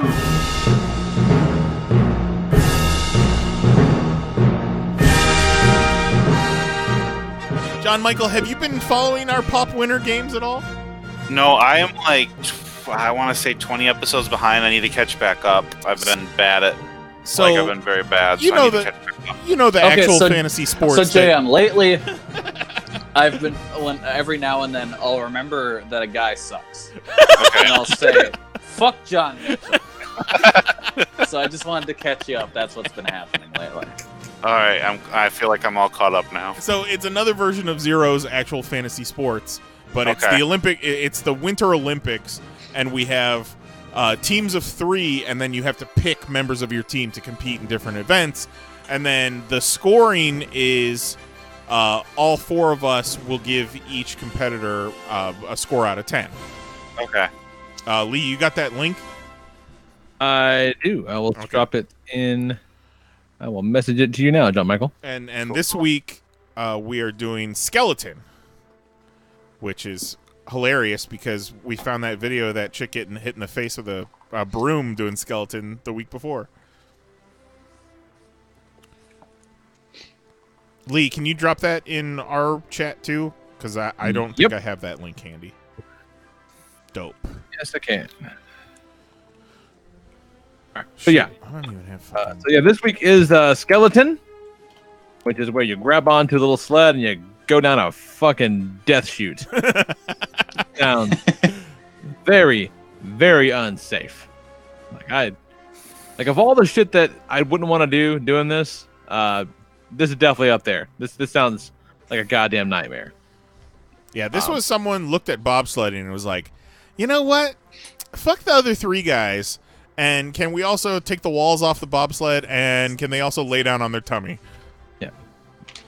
I feel like the guys that do bobsled are just bitches. Let's just make this like a fucking man sport. Right. Yeah. That's what it ought to be. So yeah. So let me put in my fucking formula for my scores, and there we go. Okay. So this was a tough one for the team coming out of Motunui. So this week we got representing the center of the earth, Batman. For the Bushwood Country Club, Jon Snow. For Motunui, I'm rocking Maui. Representing Sweden, we got Impulse. From the south side of Wakanda, you got Black Panther, King T'Challa himself. Representing the Haas system, you have Air Bud. Representing Denimtopia, you got Mr. Fantastic. Joe Wang threw out Evil Superman. Jose's Zion, you got your Neo, and from the Hearts Kingdom, you got Queen Minnie Mouse. So, solid group. So, from we had a good long conversation in the locker room to figure out who to put out there, and Maui volunteered. And it makes sense. Took a second to kind of come to grips with it, but it makes sense because Maui, as a shapeshifter, will have the ability to, on the fly and instantaneously, change his shape, change his form, depending on where he is in the run. So we're starting out, and he's a fucking giant shark. He's heavy. He's gonna get that speed up. When we go to bank and corner, maybe we're gonna turn to something a little lighter. He banks the turn a little bit easier, and so he's gonna be able to learn across multiple runs, because this is the best time out of 4 runs. And by the time he's done, he'll have adapted to all these nuances and slight variations of the track, and will know what form to hit at each point to get that sweet spot. Even his default form is a fucking hulking juggernaut coming down this fucking ramp, building that good inertia, science nerds, just barreling down at high speed. So, what would be your top 3 animals, do you think, that Maui would turn into that would most benefit you? Well, thematically, we're gonna go with a grizzly, with a polar bear, obviously. Okay. Nice and heavy. You got them. He's not gonna get chilly, as we know that's a real problem in these games. He's gonna be fine. And then maybe when he goes around the corner, maybe it turns like a big fucking sea lion. So he fucking just slings around the corner a little bit. Nice. Spins around, does that little bit of business. And then just towards the end, he's a fucking pretty dolphin. Lee, there's an obvious animal you missed. What's that? A fucking penguin. Penguins got no grips though. Yeah. The penguins slide around all the time. And the animals still have to ride the sled, so Yeah, he's gonna lose grip on the sled if he's a penguin. Okay, I see. now if it was just sliding down on your tum-tum, that's another story. Yeah, that's not gonna work. I can think of one competitor off the top of my head is gonna have a real fucking problem holding the sled. We'll get there later. Yeah, Neo. More on that later. Fantastic. So why Black Panther, Nice? Oh, shit. Black Panther. So T'Challa is a crazy gifted super athlete who walks around basically wearing the gear of this event. This is going to be a real problem. His aerodynamic helmet coupled with the skin-tight vibranium Panther armor will protect him from the elements as well as the high speeds. He dropped out of his spaceship with nothing but the costume on his back, landed in hostile territory, and took out an entire group of gorillas. So, he can handle an ice slide. His Panther Claws help him with a quick start right off the bat, and his impressive body control allows him to navigate the course flawlessly. If at any point he bumps into the walls during his attempt, his suit can store that energy for a speed boost. T'Challa heads into the medal ceremony. Yeah, especially towards those later runs, that stored up energy is going to be a big problem. Yeah, that's a tough one.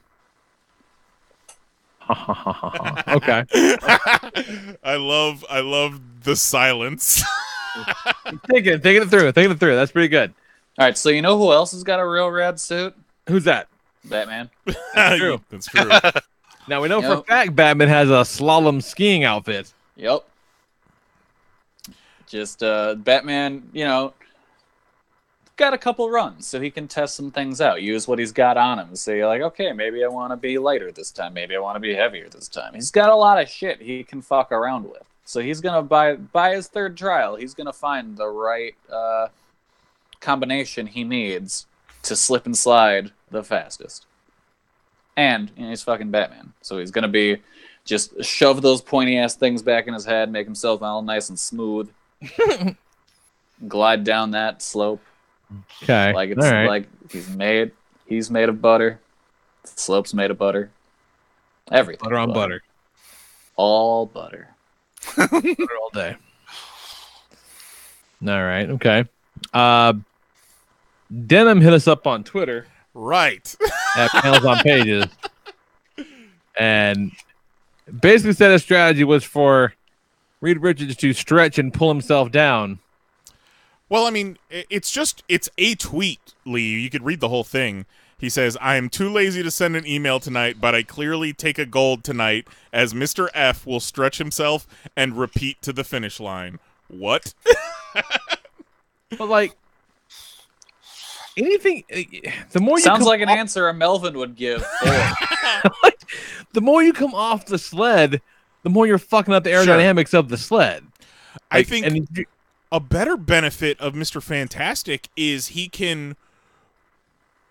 kind of ball up. Yeah, he can distribute his weight better than anyone else.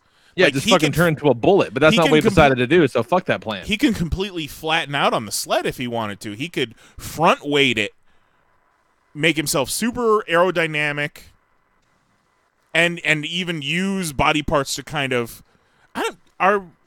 What's in the rules? Are you allowed to touch the ice, or... It's probably not advisable. Yeah, I would assume you can, but I don't. But he think could just you fucking should. imagine he just grows like a fucking rotor out of his back. Right. You know what I mean? He could like all that kind of shit. But instead, no, he's just gonna stretch and retract. Yeah. So So are they allowed to touch the ice then? Not sure. Zero is in the chat. He'll tell us. So, Because there's Could another you guys hear my cat screaming like a couple seconds ago? no. No, that's Okay, good. Watch out for that damn Flurkin, son. 'Cause he's throwing a real fit. I also feel like with Black Panther, I feel like also his kinetic energy storage, he could use that for a speed boost. That's the thing. Yeah, when you get down to those later runs, especially. Thanks, JM. All right. So Vetter writes in with the subject line. Zero says they can't touch the ice. Okay. They have to be on the sled. Important to know. Well, there you go. Then your stretching plan is really not going to No, work but out. still, so. you would be able to utilize Mr. Fantastic's powers better than what Juan described. Not the way he said though. Melvin it. Yep. He Melvin it real hard. And just give me the gold. Yeah. Vetter writes in with the amazing subject line, Air Bud, Golden Medal Retriever. Oh my god, this poor pup. Little wordy, but I'm going to let it slide. Greetings once again, at least to the two non-hating judges, that is. Oh. Here we are with the skeleton. And Air Haha, Bud is, Jose ain't here. and Air Bud is ready and looking over the competition. He has a few advantages. The skeleton requires everyone to start basically hunched over on all fours. You Two got us arms- there. 2 arms on the sled and the legs pushing, but is the only one who was in this state all the time. It's natural for him. No awkwardness that is the human contestants have to do. Also, but is the only competitor that is comfortable lying on its stomach. It's natural. And nobody's more comfortable with a cool breeze in their faces than dogs. This is a joyride. And his body is naturally aerodynamic. No coats, costumes, or capes to slow him down like some. And he is smaller than the rest. Smaller is better here. Not clogging up the tube like the robust Maui. And he's sober, unlike drunk evil Superman. So he can concentrate and keep his sled on the ground. Black Panther is the only one who seems like a fit here. Snow is lumbering. Snow is a lumbering average human, Jon Snow. Impulse and speed are hazardous on ice, no control. Mr. Fantastic, no real threat physically. And Maui carries a giant fish hook, aka an anchor, that allows him to shapeshift. He doesn't get off the block. And Air Bud has no real weaknesses in this event, and is suited to take the place in the medal stand. And that signs off. I'm gonna say a big detriment here is a lack of opposable fucking thumbs. I think that's gonna be a real problem for Air Bud. And you ever watched a dog try to walk on ice for 7 seconds? You ever watch a dog try to stand on something that's not the ground? Are they the sleds have to be like regulation sleds? It can't have like extra like hooks or boots or anything for the No, dog. fuck that. Regulation sled. You brought a This fucking isn't- dog to a man fight, okay? This isn't the Yeah. Special Olympics. To be fair, though, that dog has played more sports than I'll ever play, and been Hey, successful. that dog is scoring more points than Juan did with me, so. Well, I mean, the argument is a good argument. It's crap because it's a fucking dog, but Like until that like fucking maybe until that sled makes a 4-degree turn in one direction and that poor fucking dog go flying off, which I guess is better than the traumatic brain injury he suffered trying to play curling a few weeks ago. I guess it could be worse. Fucking Airbud comes out gimping to the board. You gotta set him down there, pat him on the head, call him a good boy because it's gonna be okay. Best case scenario, he's only mildly concussed at this point. You're a good boy, Airbud. Now let me just shove you down this death luge. Papa wants a gold medal. Papa wants a gold medal. Fucked up better. Leave this poor dog alone. Airbud gets a 5 purely because I gave Mr. Fantastic a 4. I was going to give him a 1, but it's a dog, so it gets a 2. The 1 point bump just because I like dogs. I appreciate Vetter. Vetter knows how to play the game, even though he's got. He definitely knows how to play the game. He's good at this. Airbud, not so much. Juggalo John writes in. All right.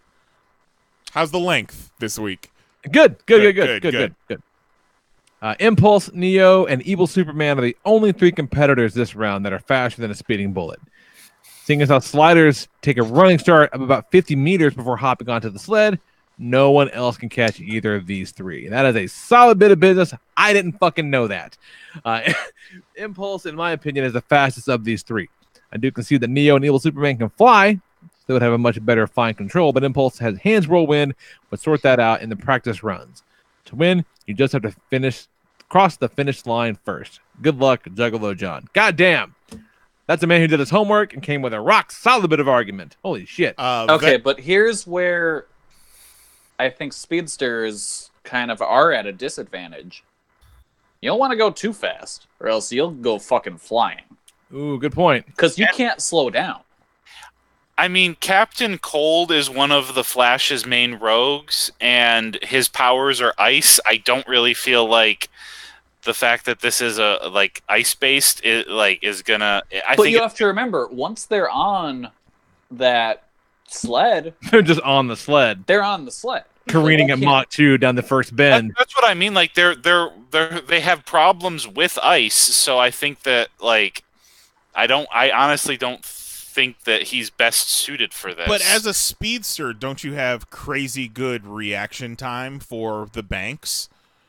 Technically, yes, but Impulse, as the name would suggest, is impulsive. So I could see him getting bored halfway down the thing and then screwing around and fucking it up. Some tortoise in the hare type shit. Yeah, I could see him he gets distracted pretty easily. Vetter in the chat says you don't need thumbs to steer. You steer with your shoulders. And Airbud wears shoes. You still have to hold the board. You're not really. Are you holding? Oh, I guarantee you, there's a white knuckle on that son of a bitch down that that chute. There's nobody with a relaxed palm on that damn thing. Yeah, but also I'm sure that the fucking sweet ass shoulders of Airbud are better than Black Panthers. Can you read John's for me again? I need to hear this again. Impulse is the fastest of the 3. The 3 being Impulse, Neo, and Evil Superman. I do concede that Neo and Evil Superman can fly. Okay. So, seeing how sliders take a running start of about 50 meters before hopping onto the sled, no one can match these 2. So you run and then jump onto this fucking thing. Yes. Okay. Got it. Poor dog, you guys. Just running through the snow, all fucking flopping around, shooting with his concussed head. Jesus. So to the point of fine control, he says Impulse's hand whirlwinds would sort that out. Which it's not a bad argument. Okay. Not a bad argument at all. It's pretty good. I'm liking Impulse on this one. And Zero says you don't need to hold the sled. You probably should though. Would recommend. Then Shark writes in, Jon Snow medals. Hey y'all. Jon Come Snow on. grew up in the north. I'm sorry. Jon Snow grew up in the north. He grew up pushing sleds and working on ice. He walked the wall. He fought north of the wall and pushed sleds there. He trained like Ivan Drago did when he killed Apollo. He won't have any problems getting traction and getting a great start in the sled. He will have had years of practice on snow and ice to turn the sled as he needs to for the extra bits of speed. Every Olympic record in this sport is built upon a good start, and Jon Snow is the only contestant that's able to get a good, strong start to give him the speed to finish the course. Sitting from my iPhone.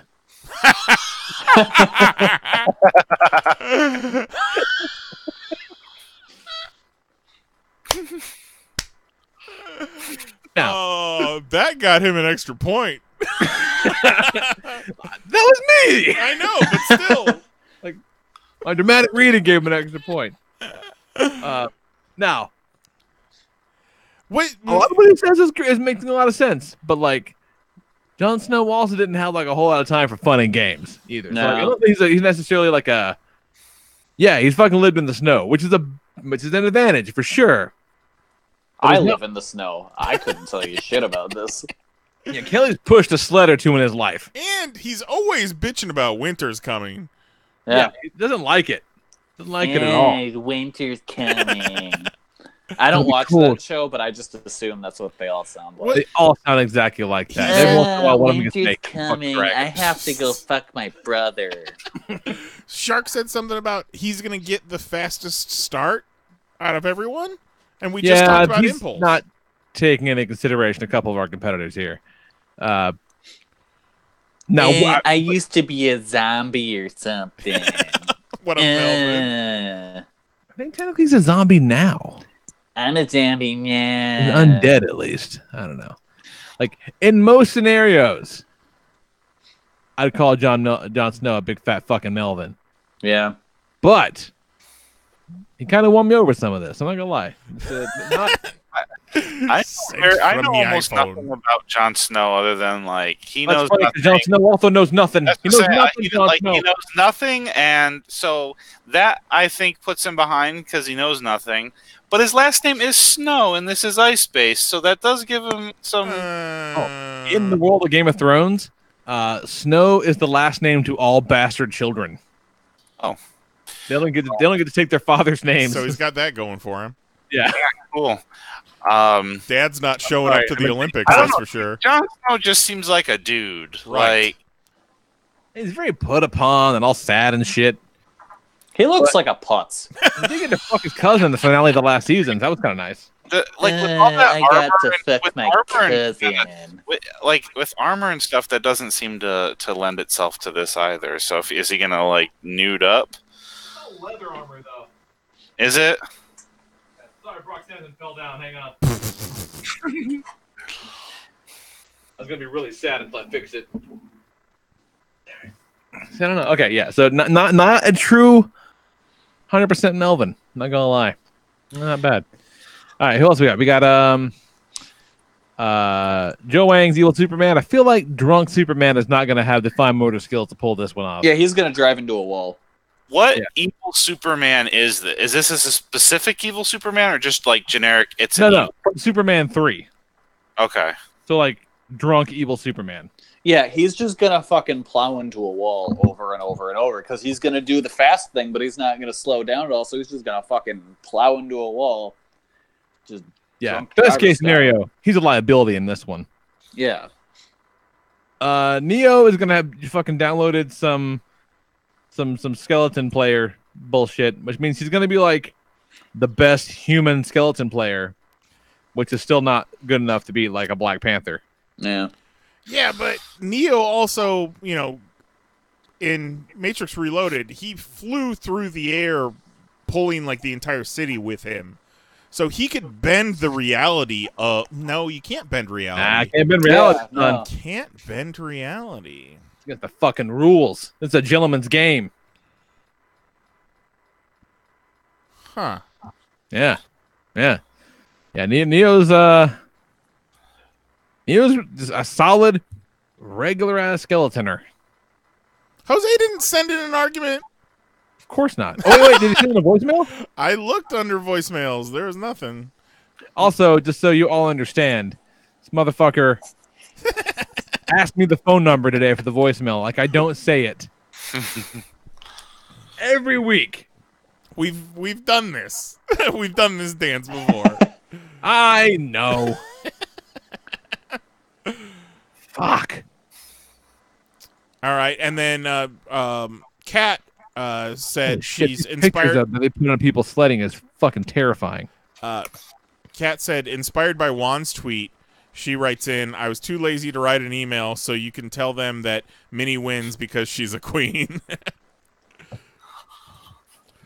Holes in that logic. Looks like Minnie Mouse is getting the same score as Mr. Fantastic this week. Yep. All right, so let's take a moment and deliberate. Yes. And since Jose's not here, our Popcast Classic bit is a Jose bit. So let's go to that, and we'll get the scores together and figure it out. Sound good? Yep. Do it. Hey there, population. Guzman 2011 here. Each Tuesday night, I do 6 hours worth of podcasting on the PanelsOnPages.com podcast and 11th Hour Radio, which is live every Tuesday, 7 p.m. Eastern on Justin.tv/the 11th Hour, and is also available for download on iTunes. And goddamn, does that make me hungry. And I work up an appetite so furious it has to be fed. What do I do when I need a quick, tasty meal that doesn't interfere with my professional podcasting? I turn to Suddenly Pasta Salad from Betty Crocker. It's quick, it's easy. Just boil the pasta, mix in your flavored pouch of awesomeness, put some mayonnaise, maybe even some tuna, who knows? And then voila, you have a tasty, hearty meal that will satisfy even the most picky of podcasters. Sometimes I can't wait to get through the 11th Hour fact on 11th Hour Radio. Then get back to my big boy, film pasta salad. Nothing keeps me awake. I'm full of nutrition, the comic clock, I'm feeling so pleasant. I'm so good! My favorite is a real, and like, Jesus time, I'm putting a bit of, and a background, and it's available in over about an hour. Don't tell me what I'm saying. Also, if you like Suddenly Pasta Salad, you'll love Chips, the perfect snack for any podcast recording. Go about the time and skip and fucking do this. Guzman 2011. Fucking good. That's That- really That funny. thing was 8 years ago. The to him. Well, I mean, he was Guzman 2011. For about 2.5 years. Well, he That's went true. from Guzman 2011 to the Guzmaniac, but when that happened, it's probably from fucking 2011. Probably. My two favorite behind the scenes things about that bit is that burp at the end was the first thing I recorded when I pressed record. Jose sat down and just fucking ripped it into the microphone. And then the part where he goes, voila! He read it as viola! Viola! Oh my god. Classic. He times. sounds so young there. So young and just full of vim and vigor. Yeah. All right. Okay. So the points are in, and we got ourselves a tie. So, like, in the real Olympics, if you get a tie, does that mean they both get a silver? How that shit works? We probably have to deliberate about it. Yeah, I would almost let John Michael be the tiebreaker. Okay. All right. So, with 30 points, got Batman and Impulse taking the tie. So, of the two, John Michael, be the deciding vote. Oh, come on. I'd have to be sold more on Impulse because, like, honestly, I know there's that stereotypical he's Batman, but like, it depends on what, like, where Impulse is. I know this is it's nerdy, but where Impulse is kind of like in his career, because like really early Impulse, like I don't even think he'd finish the race. All right, I'm gonna let Juggalo John. He's in the chat right now. He's gonna give us some argument. In the meantime, Kelly, why don't you pitch why Batman over Impulse? Okay. Well, with what you were saying before with Impulse, where he's not very focused. You know who's focused all the time? Batman. Batman is always focused, all the time. And yeah, that's basically it. Wait a minute, there's not a tie. Well, there wasn't now. Oh. I threw a point up there when I thought John Michael was breaking the tie. Oh, okay. I'm at this point leaning towards Batman because Impulse, like the track, I know that he's on a sled, but like ice and speedsters don't always mix. I don't know, but in a very controlled environment, though, I can see it not being as bad as like I'm trying to run and punch this guy in the fucking face. I do love that argument that JM has that one of the Flash's rogues gallery is Captain Cold, so like I like that argument a lot. Oh, no, it's solid. It's solid. And then honestly, like Impulse, especially early Impulse, was so divorced from reality because he was raised in a simulator essentially because he was rapidly aging. So they put him in like a VR simulator. And so his grip of reality was not there. Everything was a video game to him. And I could see him really screwing around when he's supposed to be sticking to rules, really screwing around and breaking rules or not even finishing. Or honestly, I could see him jumping on it like a skateboard and like screwing around. Hang down. Yeah, I think the rules are going to be his biggest obstacle, along with just the control on the ice. Well, we're not getting... John must have left the chat because I'm not getting anything from him in the chat right now. So I think there you go. That means that Batman is taking the silver. Hell yeah. Impulse with your bronze. And then, this really was kind of tailor-made. Black Panther with the gold. That's fucking... Wow. That's really... Yeah, that's a tough one. Step into the spotlight. That's a tough one. Oh, now John in the chat. It's too late, John. Sorry. He says speed and control over ability, and at the speed of the run is a blink of an eye to Impulse. Well, it shouldn't be a blink of an eye. It should be like Quicksilver in the X-Men movies. Oh, it's true. It should all be slow-mo for him. Well, I mean, also, if he's on the sled, he like at a certain point his speed maxes out. Yeah, he can create the whirlwinds, but he can't transfer his running speed. Like I know he could run and start and slide, but then once he's sliding, he can't he's not like kicking the ground to keep going faster. Yeah, like a skateboard. Yeah. Hit that terminal velocity, 9.8 meters per second. That's all you got, man. Oh shit! So, we've got our next week's game is up. Well, actually, you're gone next week, right, Lee? Motherfucker with 2 gold medals back to back. God damn it, nice. See, man, I feel like Kelly, your argument wasn't great. Even though Batman is a great competitor, I don't think you sold it as much. Let me tell you something. I didn't think about this until we got on the air. I thought Batman, Impulse, because I wasn't sure about how Impulse's powers would translate, and Neo, but Jose fucking Melvined it by not showing up to the game. Well, I appreciate it, guys. I think I put Batman pretty low comparatively speaking. Not as low as I don't know, fucking Airbud, but still pretty low. If Batman can't beat a dog, then he needs. Oh, Batman can beat the shit out of a dog. I mean, we saw it in The Dark Knight. Yeah. So next week, okay, you guys, your call. We can do the game next week. I can send in my stuff ahead of time. Okay. Because during the show, when the show begins, it'll be 2 a.m. Nice. Where I am, so that's not gonna work. You're gonna be awake. We'll figure it out. You're gonna be watching Irish bums try and burn each other with cigarettes. Oh, I'm landing in Dublin on St. Patrick's Day. Yeah, we've talked about this. You got to fucking pound one, homie.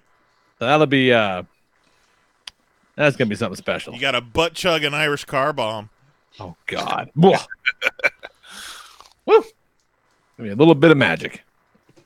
Look at that! I got a medal in each event so far. I got my first medal. Good for you, Kelly.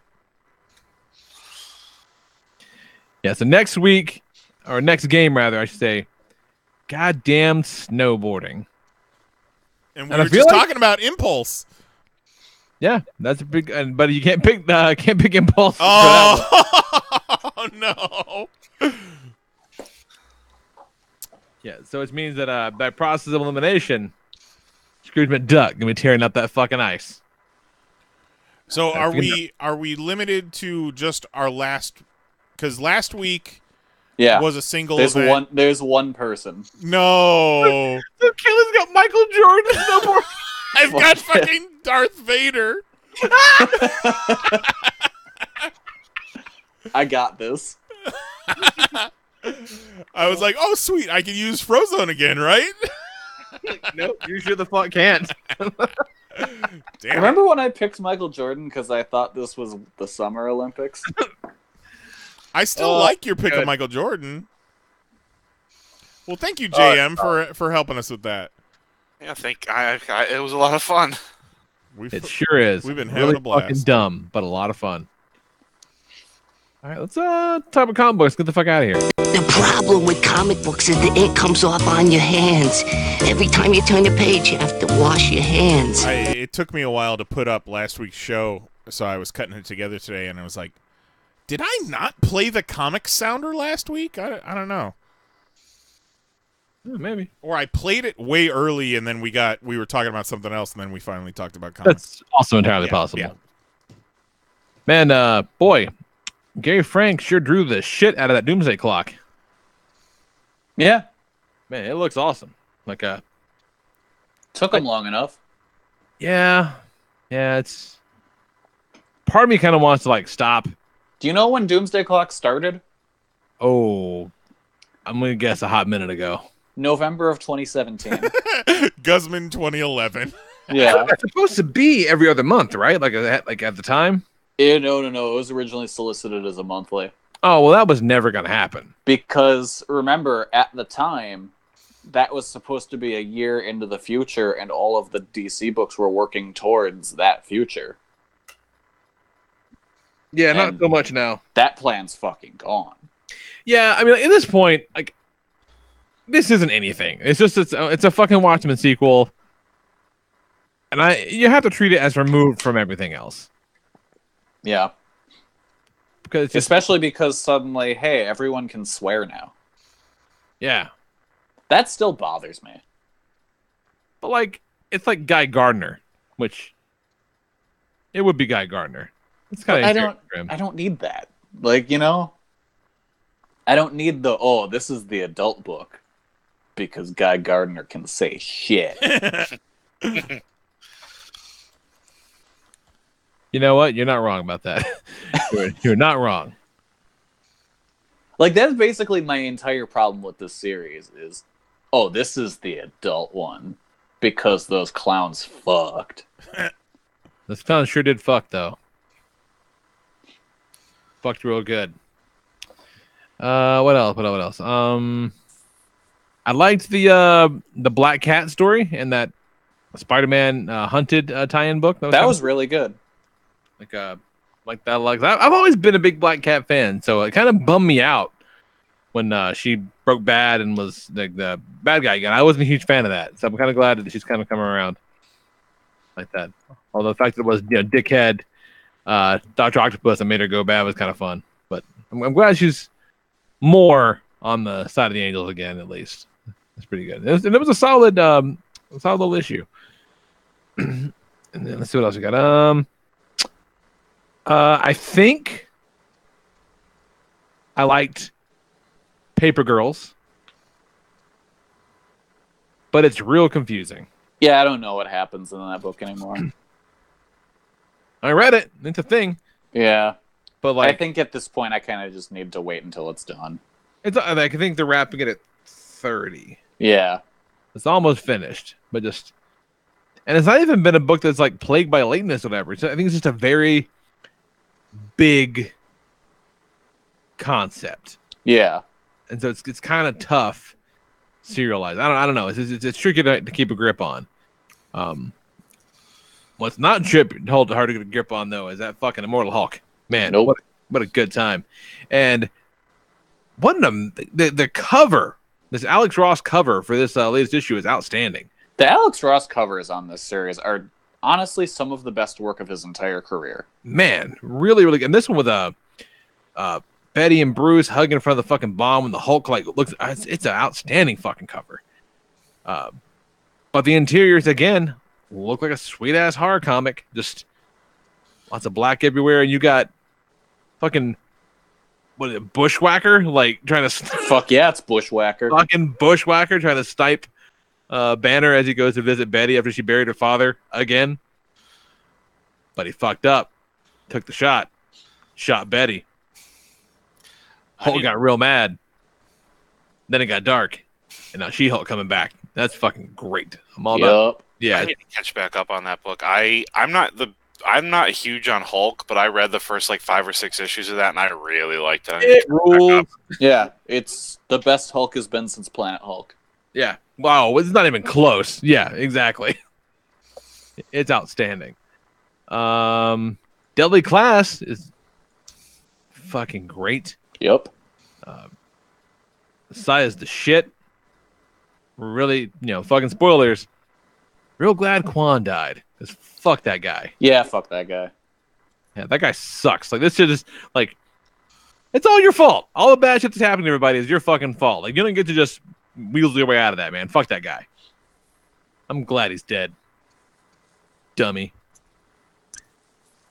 Remember when they fucking derailed Tom King's Batman for some bullshit tie-in stuff? Yeah. Well, they're back to the real thing now. And it was real good. Lots of cool Catwoman stuff.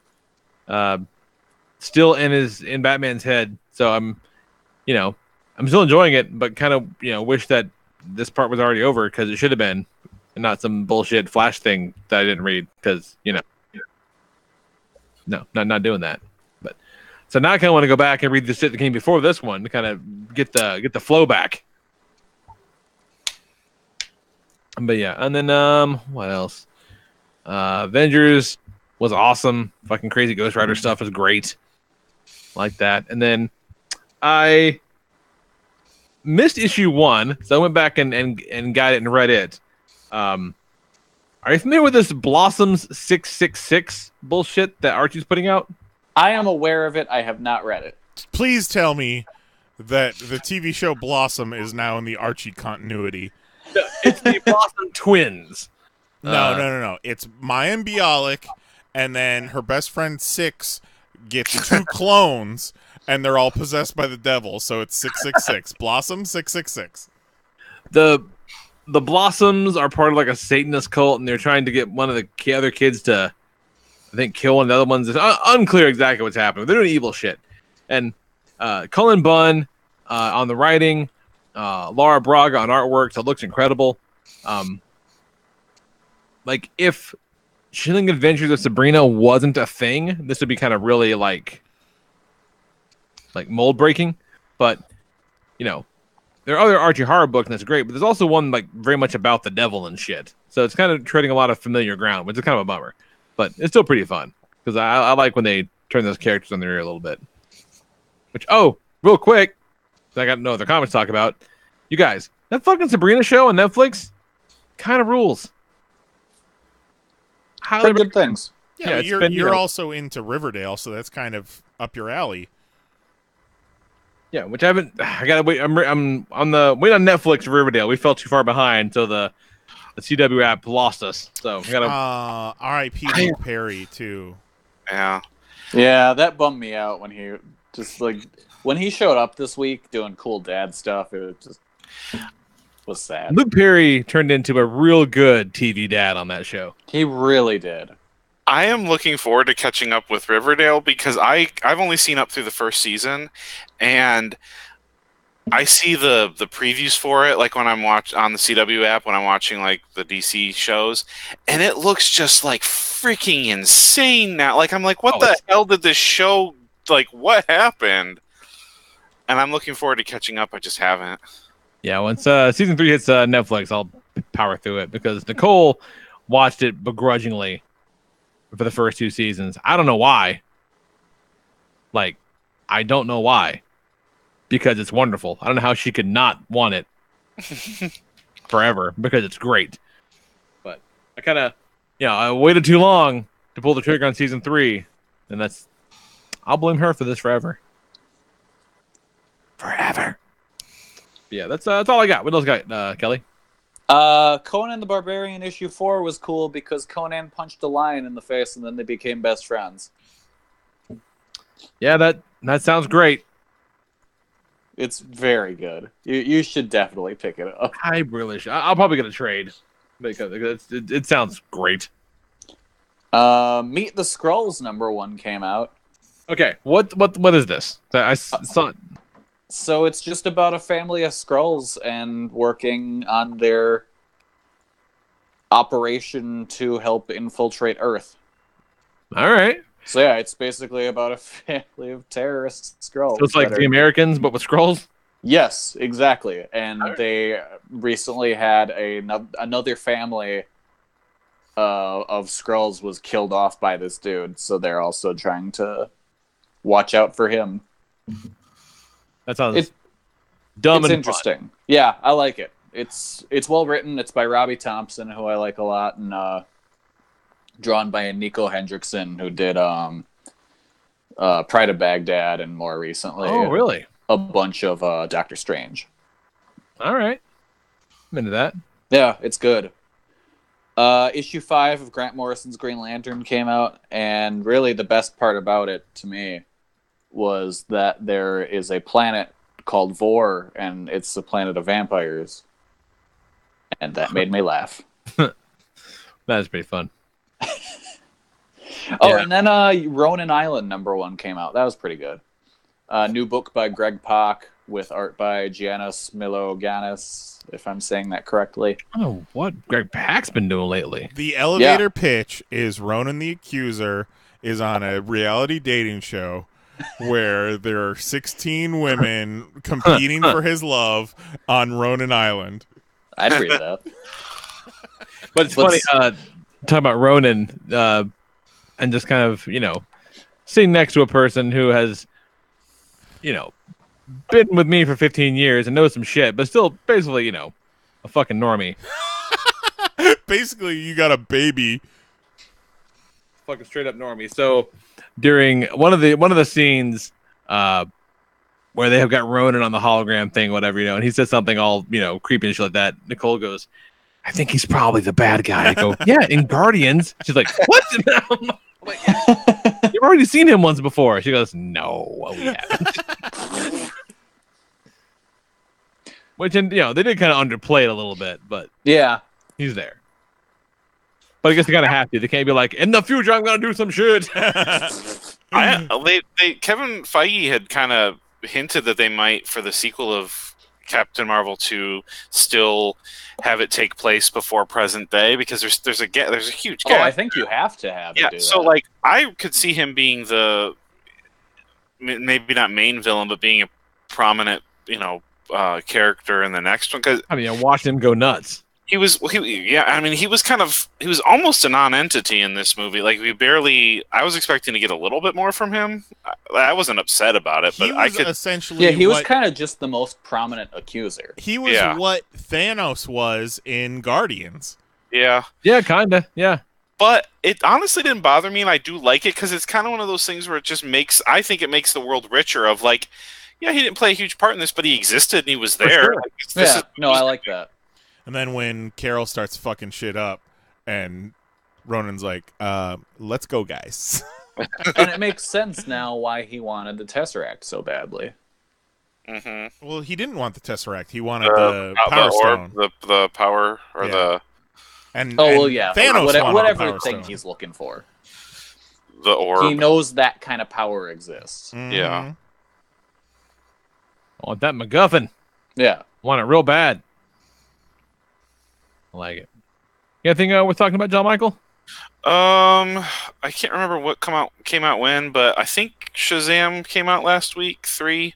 I'm really enjoying that book. I like the character of Shazam, or DC's Captain Marvel. So I'm really enjoying that book, and it's getting me hyped for the movie. And looks like fun. The movie, from early comments, people are really digging it. So I'm hoping that it's a good movie. Young Justice, the Brian Michael Bendis Young Justice book. I'm enjoying it. I'm really looking forward to them at kind of explaining DC's continuity is just like Swiss cheese right now. Like it's non-existent. Like it's all over the place because you've got Robin, you've got Tim Drake. I will read the book no matter what because I love the characters of Young Justice and Tim Drake. Robin, he's my hands down by far my favorite comic book character. So I will read the book no matter what.